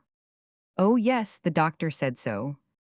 Outside, the watching boys in the shadow of the church disappointedly vanished, cheated of their small and gruesome excitement, when they saw the doctor quietly walk towards his house and realized that there was to be no ambulance and no hospital. Gee, I have had knocks harder than that, and never said nothin' about it, said one boy as he scurried away with the others towards his home in the high tenement house. Chapter 41. It was quite early the next morning when Charlotte received the telegram that her father had had a fall on the ice, was not badly injured, and would be home on the noon train. Anderson had gone very early to the telegraph office. It was being ticked off in Andrew Drake's drugstore when he inquired, and the boy viewed him with intense curiosity when he took the message, but did not dare ask any questions. Anderson hurried home with it to Charlotte, who was not yet up. Mrs. Anderson had insisted upon her having her breakfast in bed, and she had yielded readily. In fact, she was both too confused and too ashamed to see Anderson. She dreaded seeing him. She was as simple as a child, and she reasoned simply. He held me in his arms and kissed me last night, the way Major Arms would have done with an A, she told herself, and of course I suppose I must be engaged to him, but I do not know what he must think of me for coming here the way I 999. It was almost as if I asked him first. She wondered if Mrs. Anderson had seen, but Mrs. Anderson's manner to her was of such complete and caressing motherliness that she could not have much fear of her. In reality, the older woman, who had an active imagination, was slightly jealous in view of future possibilities. I wonder if they will think they ought to sit by themselves evenings, she reflected. She looked at the girl's slight grace in the bed, and the little dark head sunken in the pillow, and she wondered how in the world the mother of a girl like that could stay 1 minute in Kentucky and leave her. She must be a pretty woman, she thought to herself. Already she hated the other mother-in-law, and she felt almost a maternal right to the girl. She recalled what she had seen the night before, and thrills of tender reminiscence came over her. Randolph will make just such a good husband as his father, she thought to herself, and then she rather resented his superior right over the girl, as she might have done if it had not been a question of her own son, and Charlotte had been her own daughter. She loved her as she loved the daughter she had never had. She stroked her hair softly as it curled over the pillow. "You have such pretty hair, dear," she said with positive pride. The little flushed face looked up at her. Charlotte had just finished her breakfast. Anderson had brought the telegram and gone, and the two were alone. It was arranged that Charlotte was to get up in an hour, and that Mrs. Anderson was to go home with her in one of Samson Roddy's coaches. "We will take my maid, and she can get the furnace fire started," she said, "and help about the dinner." "I had such a nice dinner all ready last night," Charlotte said, "and I am afraid it must be spoiled now." "Never mind, we will get another," said Mrs. Anderson. Both Anderson and his mother had succeeded in quieting Charlotte's lingering fears concerning her father. "He probably got stunned," Anderson said, "and he cannot be very bad or he would not be coming home on the noon train." He was talking to Charlotte from his mother's room, with the door ajar. There was something conclusive in Anderson's voice which reassured Charlotte. "My son would not say so unless he thought so," said Mrs. Anderson. "He never says a thing he does not mean." She spoke with a double meaning which Charlotte wholly missed. It had not occurred to her that Mr. Anderson would have taken her in his arms last night and kissed her and comforted her, if he had not been thoroughly in earnest and in love with her. She supposed, of course, he wished to marry her. All that troubled her was her own course in practically proposing to him. Presently, after she and Mrs. Anderson were alone together, she tried to say something about this to the other woman. "I do not know as I ought to have come here last night," she said, "but—" "Where else would you have gone?" inquired Mrs. Anderson. Charlotte looked up at her piteously. "I hope Mr. Anderson did not think I ought not to," she whispered, and she felt her cheeks blazing with shame. She did not know if Mrs. Anderson really knew, but she was as much ashamed. Mrs. Anderson stooped over her and laid her soft old cheek against the soft young one. "My precious child," she whispered. "I could not help seeing last night, and this was just the place for you to come, for this is your home, or is going to be, is not it, dear?" Charlotte put up her soft little arms around the other woman's neck and began to cry softly. "Oh," she sobbed, "I do not want him to think that I—" "Hush, dear, he will think nothing he ought not to think," said Mrs. Anderson, who did not in reality know in the least what the girl was troubled about, but rather thought it possible that she might fear lest her son was not in earnest in his attentions on her father's account. She did not imagine Charlotte's faith and pride in her father. "My son cares a great deal for you, dear child, or he would never have done as he did last night," she said, "and some day we are all going to be very happy." Charlotte continued to sob softly, but not altogether unhappily. "My son will make a very good husband," Mrs. Anderson said, with a slight inflection of pride. "He will make a good husband, just as his father 999. He is the best man I ever saw, except Papa," cried Charlotte then, with a great gulp of blissful confession, and the two women wept in each other's arms. "I will try and make him a good wife," Charlotte whispered softly. "Of course you will, you precious child." But suddenly Charlotte raised herself a little and looked at Mrs. Anderson with a troubled face. "But I cannot leave Papa all alone," she said, and your son would not want to leave you. Of course my son could not leave me, Mrs. Anderson said quickly. I could not leave Papa all alone. Well, we will not worry about that now, dear, Mrs. Anderson replied, although her forehead was slightly knitted. Your mother and aunt will be back, some way will be opened. We will not worry about that now.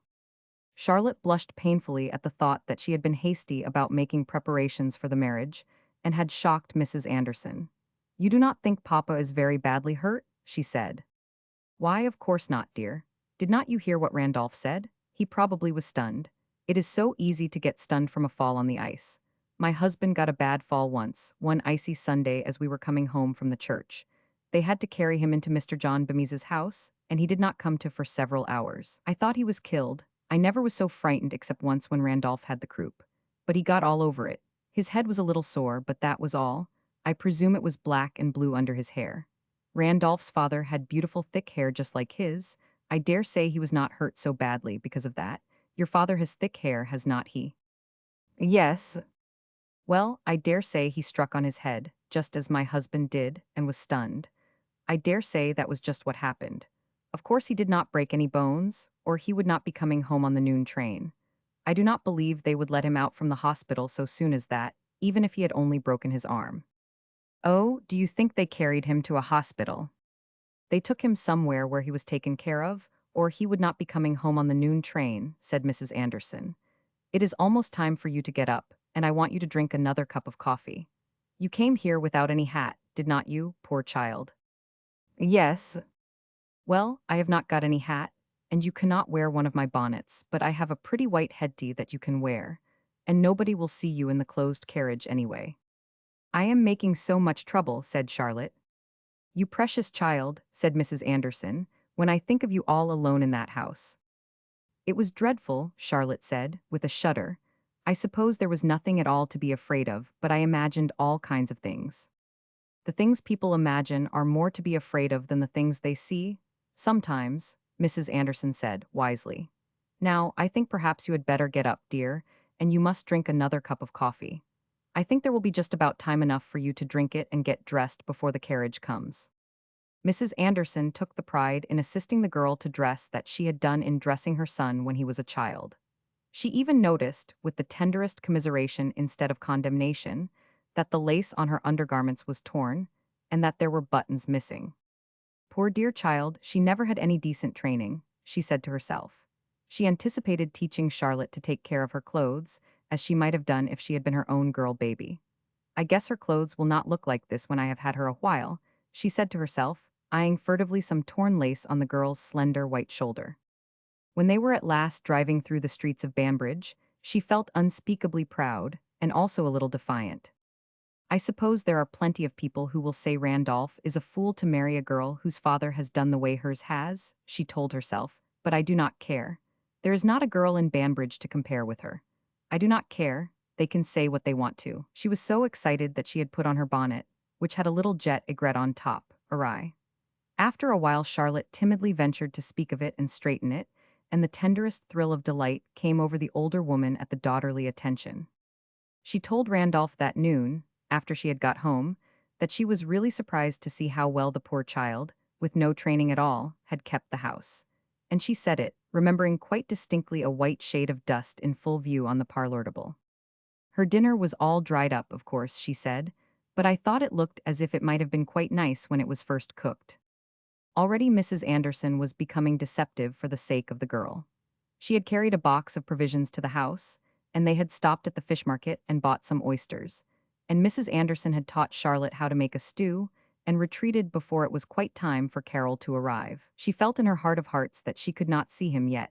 Even her love for the girl did not yet reconcile her to Carol. Charlotte was so glad that her little purse was in her coat pocket, and that she had enough money to pay for the oysters. She felt that she could not have borne it had she been obliged to borrow money of Mrs. Anderson. She felt that it would reflect upon her father. Already she had an instinctive jealousy on her father's account. She loved Mrs. Anderson, but she felt vaguely that not enough was said, even there was not enough anxiety displayed, with regard to her father. She reflected with the fiercest loyalty that even although she did love Mr. Anderson, although she had let him kiss her, although at the mere memory thrills of delight overwhelmed her, She would not ever admit even to herself that he was any better than her father, her poor father who had been hurt, and whom everybody was blaming and accusing. Directly after Mrs. Anderson and the maid had gone, she began making the oyster stew. It would not be quite so good as if she had waited until her father had really arrived, and Mrs. Anderson had told her so, but Charlotte could not bear to wait. She wished him to have something nice and hot the minute he came in. The water boiled and she made the tea.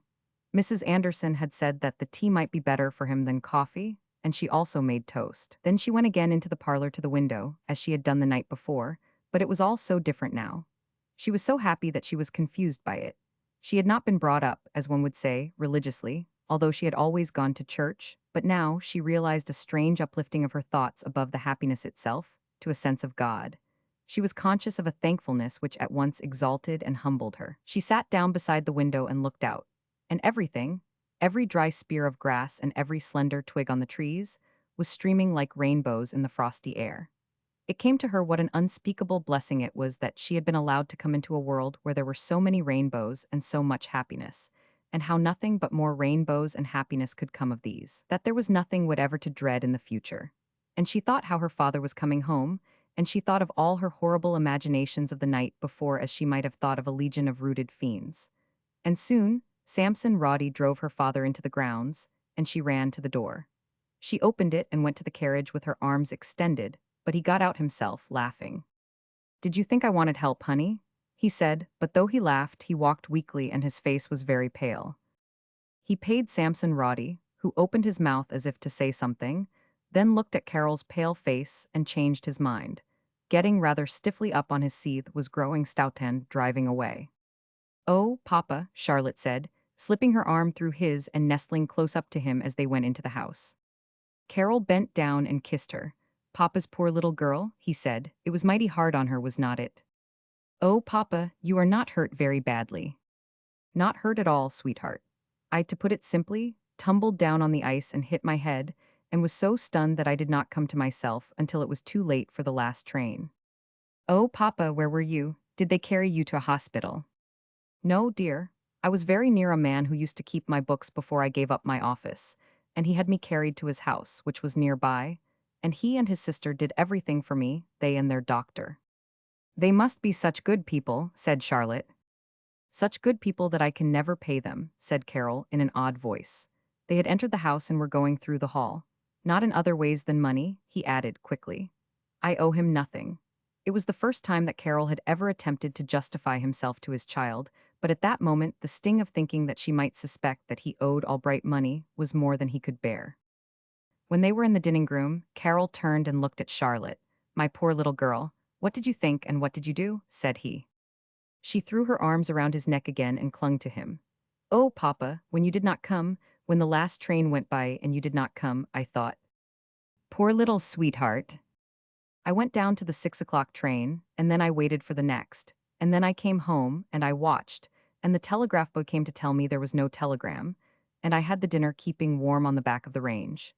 It was beefsteak cooked that way in the cookbook, and there was a pudding," said Charlotte, incoherently, and she began to weep against her father's shoulder. In reality, the girl's nerves were nearer the overstrained point now than they had been before. She was so glad to have her father home, she was so dazed by her new happiness, and there was something about her father's white face which frightened her in a subtle fashion. There was a changed meaning in it beside the sick look. "Poor little girl," Carol said again, "did you have to stay here alone all night?" "No, Papa. I stayed just as long as I could, and then I went out and I ran." "Where, dear?" "I ran to—" Carol waited. Charlotte had turned her face as far away from him as she could as she leaned against him, but one ear was burning red. "I ran to the Andersons.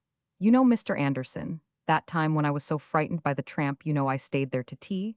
That Mrs. Anderson was very kind," said Charlotte, in a stammering and incoherent voice. "Oh," said Carol. Suddenly Charlotte raised her head, and she looked at him quite bravely, with an innocent confidence. "Papa," said she, "you needn't think I am ever going to leave you, not until Amy and the others come back, because I never will. You never will think so." "No, darling," said Carol, his face grew paler. "But," continued Charlotte, "when I went to the Andersons last night, I rang the bell, and I pounded with the knocker, too, I was so frightened, and Mr. Anderson came right away. He had been to New York himself, to the theater, and he had not been home long and… Carol waited. "I'm never going to leave you, Papa," said Charlotte, "and I love you just as much. I love you just as much as I do him, only of course it is different. You needn't think I do not, there is nobody like you. But if you do not mind, Papa, I think I will marry Mr. Anderson sometime, the way Ine did Major Arms." Carol did not speak for a moment. He continued looking at her with an expression made up of various emotions: trouble, relief, shame. "He is a very good man," said Charlotte in a half-defensive tone. "He is the best man I ever saw, except you, Papa." Carol bent down and kissed her. "You are very sure you love him, are you, dear?" he said. "Why, Papa, of course I am. I never could see how Ine could love Major Arms enough to marry him, but I can see how anybody could be glad to marry Mr. Anderson." "Then I am very glad, sweetheart," Carol said, with a curious quietness, almost weariness. "His mother is lovely, too," said Charlotte. "That is nice, dear, for I suppose you will live with them." "When Amy and the others come back," said Charlotte. "I am not ever going to leave you, Papa. You know it, do not you?" "Yes, sweetheart," said Carol, still with the same curious, weary quiet. Charlotte looked at him anxiously. "Does your head ache now, Papa?" she asked. "No, dear. But you do not feel well, you are very pale." "I feel a little weak, that is all, dear." "You will feel better when you have had dinner. Mrs. Anderson came home with me, she and her maid, and she gave me some lovely thin slices of ham, and there is an oyster stew and some tea. Sit down, Papa dear, and we will have dinner right away." Carol made a superhuman effort to eat that dinner, but still, the look whose strangeness rather than paleness puzzled Charlotte never left his face. She kept looking at him. "You will not go to New York again tomorrow, will you, Papa?" said she. "No, dear, I do not think so." "I wish you would not go again this week, Papa. Today is Thursday." "Perhaps I will not, dear." After dinner, Carol lay down on the divan in the den and Charlotte covered him up, and after a while he fell asleep. But even asleep, when she stole in to look at him, there was the same strange expression on his face. It was the face of a man whose mind is set irrevocably to an end. A martyr going to the stake might have had that same look, or even a criminal who was going to his doom with a sense of its being his just deserts, and with the bravery that befitted a man. That evening, Anderson came to call, and Carol answered the doorbell. He took him into the parlor, and spoke at once of the subject uppermost in the minds of both. "Charlotte has told me," Carol said simply. He extended his hand with a pathetic, deprecatory air. "You know what you are doing when you ask for my daughter's hand," he said. "You know she might have a parentage which would reflect more credit upon her." "I am quite satisfied," Anderson replied, in a low voice. All at once, looking at the other man, it struck him that he had never in his life pitied anyone to such an extent, and that he pitied him all the more because Carol seemed one to resent pity. "This much I will say, I can say it confidently now," said Carol. "I shall meet all my indebtedness. You will have no reason to hesitate on that account." But he paused a moment. "I am driven to resorting to any honest method which I can find to enable me so to do," he continued. He made a slight emphasis upon the word honest. "I can understand that as fully, possibly, as any man," Anderson replied gravely. Carol looked at him. "Yes, so you can," he said, "so you can. Well, this much I will say for myself, Mr. Anderson. I am proud and glad to confide my daughter to your keeping. I am satisfied and more than satisfied with her choice." "Thank you," replied Anderson. He felt a constraint, even embarrassment, as if he had been a very young man. He was even conscious of blushing a little. "Sit down," said Carol, placing a chair for him and offering him a cigar. Then he went to call Charlotte. It was at that moment rather a hard experience for Charlotte that it was not her mother instead of her father who called her to go down and see her lover. She had thought with a passion of yearning of her mother who had done the same thing and would understand, as she fluffed out her pretty hair around her face in front of the glass in her room.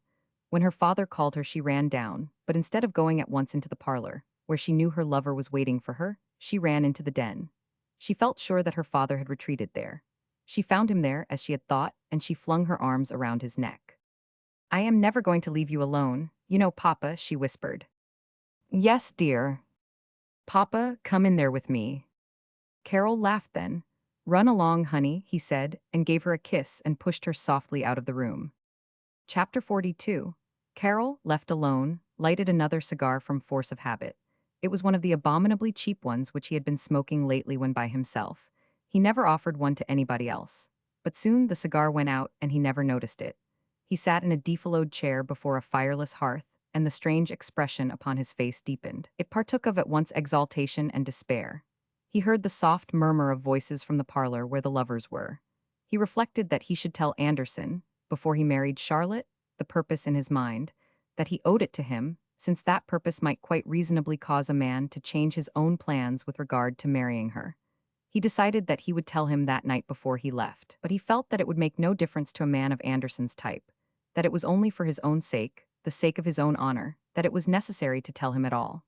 Then he fell to thinking of what was before him, of the new life upon which he would enter the next Monday, and it was actually to this man of wrong courses but right instincts, this man born and bred of the best and as the best, as if he were contemplating the flames of the stake or the torture of the rack. He felt, in anticipation, his pride, his self-respect, stung as with fire and broken as upon the wheel. He was beset with the agonies of spiritual torture, which yet brought a certain solace in the triumph of endurance. He had at once the agony and the delight of the fighter, of the wrestler with the angel. What he had set himself to do for the sake of not only making good to others what they had lost through him, but what he had lost through himself, was unutterably terrible to him. But while his face was agonized, he yet threw back his head with the motion of the conqueror, and he owned to himself that the conquest was even greater because it was against such petty odds, because both the fight and the triumph savored of the ignoble, even of the ridiculous. It would be much easier to be a hero, whom the multitude would applaud and worship, than a hero, whom the multitude would welcome with laughter. When comedy becomes tragedy, when the ignominious becomes victorious, he who brings it about becomes majestic in spite of fate itself. And yet withal the man sitting there listening to the soft murmur from the other room felt that his own life, so far as the happiness which, after all, makes life worth living for mortal weakness, was over. He thought of his wife and sister and children, who would be all safely sheltered, and he hoped, even happy in time, although separated from him. And while his soul rejoiced over that, he yet could not help thinking of himself. Listening to the voices of the lovers in the parlor, he thought how he and Amy used to make love, and how it was all over, perhaps forever over. He smiled a little as he remembered how his Charlotte had asked him to go with her to meet her lover. Gentle and affectionate to his family as he was, Carol was essentially masculine. He could not in the least understand how the girl felt. He felt a little anxious lest the child should not really love Anderson, because she hesitated, since he could see no other reason for her hesitation. However, when, about 11 o'clock, he heard the stir of approaching departure, and went hurriedly into the hall in order to intercept Anderson before he went, one glimpse of the girl's little face reassured him. She seemed to at once have grown older and younger. She was reflective and fairly beaming with utmost anticipations. She looked at Anderson as he had never seen her look at anyone. He had doubted a little about Ine. He had no doubt whatever about Charlotte. She is in love with him, fast enough, he said to himself. He spoke to Anderson and asked to have a word with him before he went. "Come back into the parlor a moment, if you please," he said. "I have a word to say to you." Anderson followed him into the room. He already had on his overcoat. Carol stood close to him and spoke in a low voice. His face was ghastly when he had finished, but he looked proudly at the other man. "Now it is for you to say whether you will advance or retreat, for I think that, under the circumstances, nobody could say that you did not do the last with honor," he concluded. Anderson, who had also turned pale, stared at him a second, and his look was a question. "There is absolutely nothing else that I can do," replied Carol simply. "It is my only course." Anderson held out his hand. "I shall be proud to have your daughter for my wife," he said. "Remember, she is not to know," Carol said. "Do you think the ignorance preferable to the anxiety?" "I do not know. I cannot have her know. None of them shall know. I have trusted you," Carol said with a sort of agonized appeal. "I had, as a matter of honor, to tell you, but no one else," he continued, still in his voice which seemed strained to lowness. "I had to trust you." "You will never find your trust misplaced," replied Anderson gravely, "but it will be hard for her." "You can comfort her," Carol said, with a painful smile, in which was a slight jealousy, the feeling of a man outside all his loves of life. "When?" asked Anderson in a whisper. "Monday." "She will, of course, come straight to my mother, and it can all be settled as soon as possible afterwards. There will be no occasion to wait." "Amy may wish to come," said Carol and Anna. "Of course." The two men shook hands and went out in the hall. Carol went back to the den and left Charlotte, who was shyly waiting to have the last words with her lover. Pretty soon she came fluttering into the den. "You do like him, do not you, Papa?" she asked, putting her arms around her father's neck. "Yes, dear. But I am never going to leave you, Papa, not for him nor anybody, not until Amy and the others come back." "You will never forget Papa anyway, will you, honey?" said Carol, and his voice was piteous in spite of himself. "Forget you, Papa? I guess not," said Charlotte, "and I never will leave you." That was Thursday. The next afternoon Mrs. Anderson came and called on Charlotte. She was glad that Carol was not at home. She shrank very much from meeting him. Carol had not gone to New York but had taken the trolley to New Sanderson. He also went into several of the Banbridge stores. The next Sunday morning, in the barber's shop, several men exhibited notes of hand with Carol's signature. "I do not suppose it is worth the paper it is written on," said Rosenstein, with his melancholy accent, frowning intellectually over the slip of paper. "He gave the dressmaker one, too," said a midden, "and she is tickled to death with it. The daughter had already asked her to take back a silk dress she had made for her, and she has sold it for something. The dressmaker thinks the note is as good as money." "I have got one of the blasted things, too," said the milkman Tappan. "It's for $40, and I will sell out for 10 cents. I would be willing to make my davy outfit that Captain Carroll's notes will be met when they are accentuated," said the little barber, in a trembling voice of partisanship, looking up from the man he was shaving, and everybody laughed. Leigh, who was waiting his turn, spoke. "Captain Carroll says he will pay me the price I paid for the United Fuel stock in a year's time," he said, proudly. "The stock has depreciated terribly, too. A pretty square man, I call him." "He's got more sides than you have, anyhow," growled Tappan, who was bristling like a pirate with his week's beard. And everybody laughed again, though they did not altogether know why. However, the recipients of Carol's notes doubted their soundness. They folded them carefully and put them in their pocketbooks. When Carol took the 8 o'clock train to New York the next morning, several noticed it and thought it looked well for the payment of the notes. "Guess he's goin' to start another cheat," said the milkman, who had stopped at the saloon opposite Rosenstein's. "I seed him git on the 8 train." Charlotte had been told by her father that he was going to New York that morning, and she had risen early and prepared what she considered a wonderful breakfast for him. She was radiant. Anderson had called upon her the evening before. She had never been so happy. Her father seemed in very good spirits, but she wondered why he looked so badly. It was actually as if he had lost 10 pounds since the night before. He was horribly haggard, but he talked and laughed in a manner rather unusual for him as he ate his breakfast. Charlotte watched jealously that he should do that. When he took his second badly fried egg, she beamed, and he concealed his physical and mental nausea. When they were eating breakfast, much to Charlotte's amazement, the village express drove into the yard. "Why, there is the express, Papa," she said. "Yes, honey," replied Carol calmly. "I have a trunk I want to send to New York." "Oh, Papa, you are not going away." "Sending a trunk does not necessarily imply you are going yourself, honey. I have a trunk to send in connection with some business." "Oh," said Charlotte, quite satisfied. Carol rose from the table and showed the expressman the way to his room, and the trunk was brought down and carried away, and Charlotte asked no more questions and thought no more about it. Carol walked to the station. When it was time for him to start, he went to Charlotte, who was clearing away the breakfast dishes, and held her in his arms and kissed her. "Goodbye, Papa's blessing," he said, and in spite of himself his voice broke. The man had reached the limit of his strength. But Charlotte, who was neither curious nor suspicious, and was, besides, dazzled by her new happiness, only laughed. "Why, Papa, I should think you were going away to stay a year," said she. Carol laughed too, but his laugh was piteous. He kissed her again. "Well, goodbye, honey," he said. Just as he was going out of the door he stopped and said, as if it were a minor matter which he had nearly forgotten, "Oh, by the way, sweetheart, I want you, at exactly 9:30, to go into the den and look in the 3rd volume of the Dutch Republic, and see what you will find." Charlotte giggled. "A present," said she. "I know it is a present, but what a funny place to put it in, Papa, the 3rd volume of the Dutch Republic." "At exactly 9:30, said Carol. He kissed her again and went away. Charlotte stood watching him go out of the yard. It came into her head that he must have had some very good luck and had taken this funny way of making her a present of some money. Of course it could only be money which was to be hidden in such a place as a book. Poor Charlotte's imaginations were tainted by the lack of money. She could hardly imagine a pleasant surprise unconnected with money. She hurried about her household tasks, and at exactly 9:30, for she was obedient as a child, she went into the den and got from the case the third volume of the Dutch Republic. In it she found an envelope.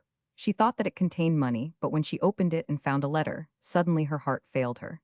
She sat down dizzily on the divan and read the letter. It was very short. It only told her that her father loved her and loved them all, that he was writing the others just what he was writing her, that he loved her, but he was forced to go away and leave her, and not even let her know where he was nor what he was doing, not for a long time at least. But that she was not to worry, and she was to go at once to Mrs. Anderson, who would take care of her until she was married. Then he bade God bless her, and said he was her loving father. Charlotte sat with the letter in her lap, and the room looked dim to her. She heard the doorbell ring, but she did not seem to realize what it was, not even when it rang the second and the third time. But the front door had been left unlocked when Carol went, and Anderson came in presently, and his mother was with him. Mrs. Anderson knew nothing except that Carol had gone, and nobody was to know where or why, but that there was nothing dishonorable about it, and Charlotte was to come to them. She was quite pale herself when she saw Charlotte sitting on the divan with the letter in her lap. "I have a letter from Papa," Charlotte said, piteously, in a trembling voice. Then Anderson had her in his arms and was soothing and comforting her, and telling her he knew all about it.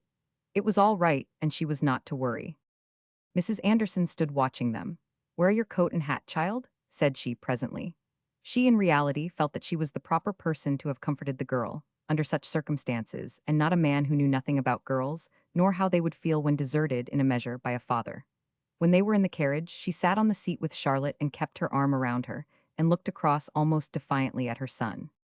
"It is a terrible strain on the poor little thing, and if we are not careful she will be down with a fever," she told Randolph privately when they were home. He laughed. "Take care of her all you want to, mother," he said. After dinner he went up to the Carroll place. He had his instructions from Carroll what to do. Some of the creditors were partly satisfied with the things belonging to the Carrolls, some were taken to the Anderson house for Charlotte. As for Charlotte herself, she was, in reality, not so far from the fever which Mrs. Anderson had predicted. She adored her father. Every day she watched for a letter. At last Anderson told her as much as he could, and not break his word to her father. "Your father is perfectly safe, dear," he said, "and he is earning a great deal of money." "What is he doing?" asked Charlotte, and her manner showed for the first time suspicion of her father. "Something perfectly honest, dear," Anderson replied simply, "but he does not want you to know, and he does not want the others to know. You just be contented and brave and make the best of it all." That was not long before they were married. It had seemed best to them all that they should not delay long. Mrs. Carroll did not come to the wedding, because Inez was 99. Anna knew as well as Anderson what her brother was doing. She had somehow comforted her sister-in-law without telling her anything, but she did not think it best to visit Banbridge. She had at times a feeling as if she herself were doing what her brother was, and the shame and pride together stung her in the same way. She wrote by every mail to Carroll, and posted it in another town, and nobody knew. In one of the letters she told him with an unconcealed glee that his old enemy, the man who had brought about all this, had had a shock of paralysis. "He will never speak again," she wrote. "He has become dead while he is alive. After all, the Lord is just." Carol got that letter a few weeks after Charlotte was married. One Sunday night he made a trip to Banbridge. He was close-shaven, he had grown very thin. Nobody would have recognized him, nobody did recognize him, although he met several Banbridge people whom he used to know on the train. It was after dark, but the winter sky was full of stars, which seemed very near as he took his way up the street towards the Anderson house. He walked slowly when he approached the house, and frequently cast a look behind him, as if he were afraid of being seen. When he reached the house, he saw the curtains in the sitting room were not drawn, and a warm glow of home seemed to shine forth into the wintry night. Carol cautiously went up the steps, very softly. He went far enough to see the interior of the room, and he saw Charlotte and her husband sitting there. Mrs. Anderson was there also. She was reading the Bible, as befitted a Sunday night. Now and then she looked at Charlotte with a look of the utmost love and pride. Anderson, who was reading the paper, looked up, and the watching man saw him, and his eyes and Charlotte's met. The man watching knew that no anxiety about him seriously troubled her then, that she was entirely happy, and a feeling of sublime content, and delight that it should be so, and he quite outside of it all, came over him. He went softly down the steps and along the street to the station, where he could get a train back to the city in a few moments. To his own amazement, he was quite happy, he was even more than happy. A species of exaltation possessed him. Even the thought of himself, Arthur Carroll, posing nightly as a buffoon before the city crowds, did not daunt him. He realized a kind of joyful acquiescence with even that. He felt a happy patience when he considered the time that might elapse before he could see his family again. He passed the butcher's shop and reflected with delight that he should be able to meet the note which was due next day. He remembered happily that he had been able to send Charlotte a little sum of money for her trousseau, and that perhaps a part of it had bought the pretty, rose-colored dress which she was wearing that night. Still, all this did not altogether account for the wonderful happiness which seemed to fill him as with light. He hurried along the street frozen in ridges like a sea, and he remembered what Anna had written about the man who had wronged him. And all at once he understood what filled him with this exaltation of joy, and he understood that underneath all the petty dishonors of his life had been a worse dishonor, which took hold of his very soul and precipitated all the rest, and that he was now rid of it. He had no sense of triumph over his enemy, no joy that the Lord had at last wreaked vengeance upon the man who had injured him, but he was filled with an exceeding pity and a sense of forgiveness which he had never in his life felt before. He had never forgiven before, now he forgave. He remembered, going along the streets, the words of the Lord's Prayer, "Forgive my debts as I forgive my debtors," and his very heart leaped with the knowledge that forgiveness was due him because of his forgiveness of another, and that the debt of honor to God and his own soul was paid. The end.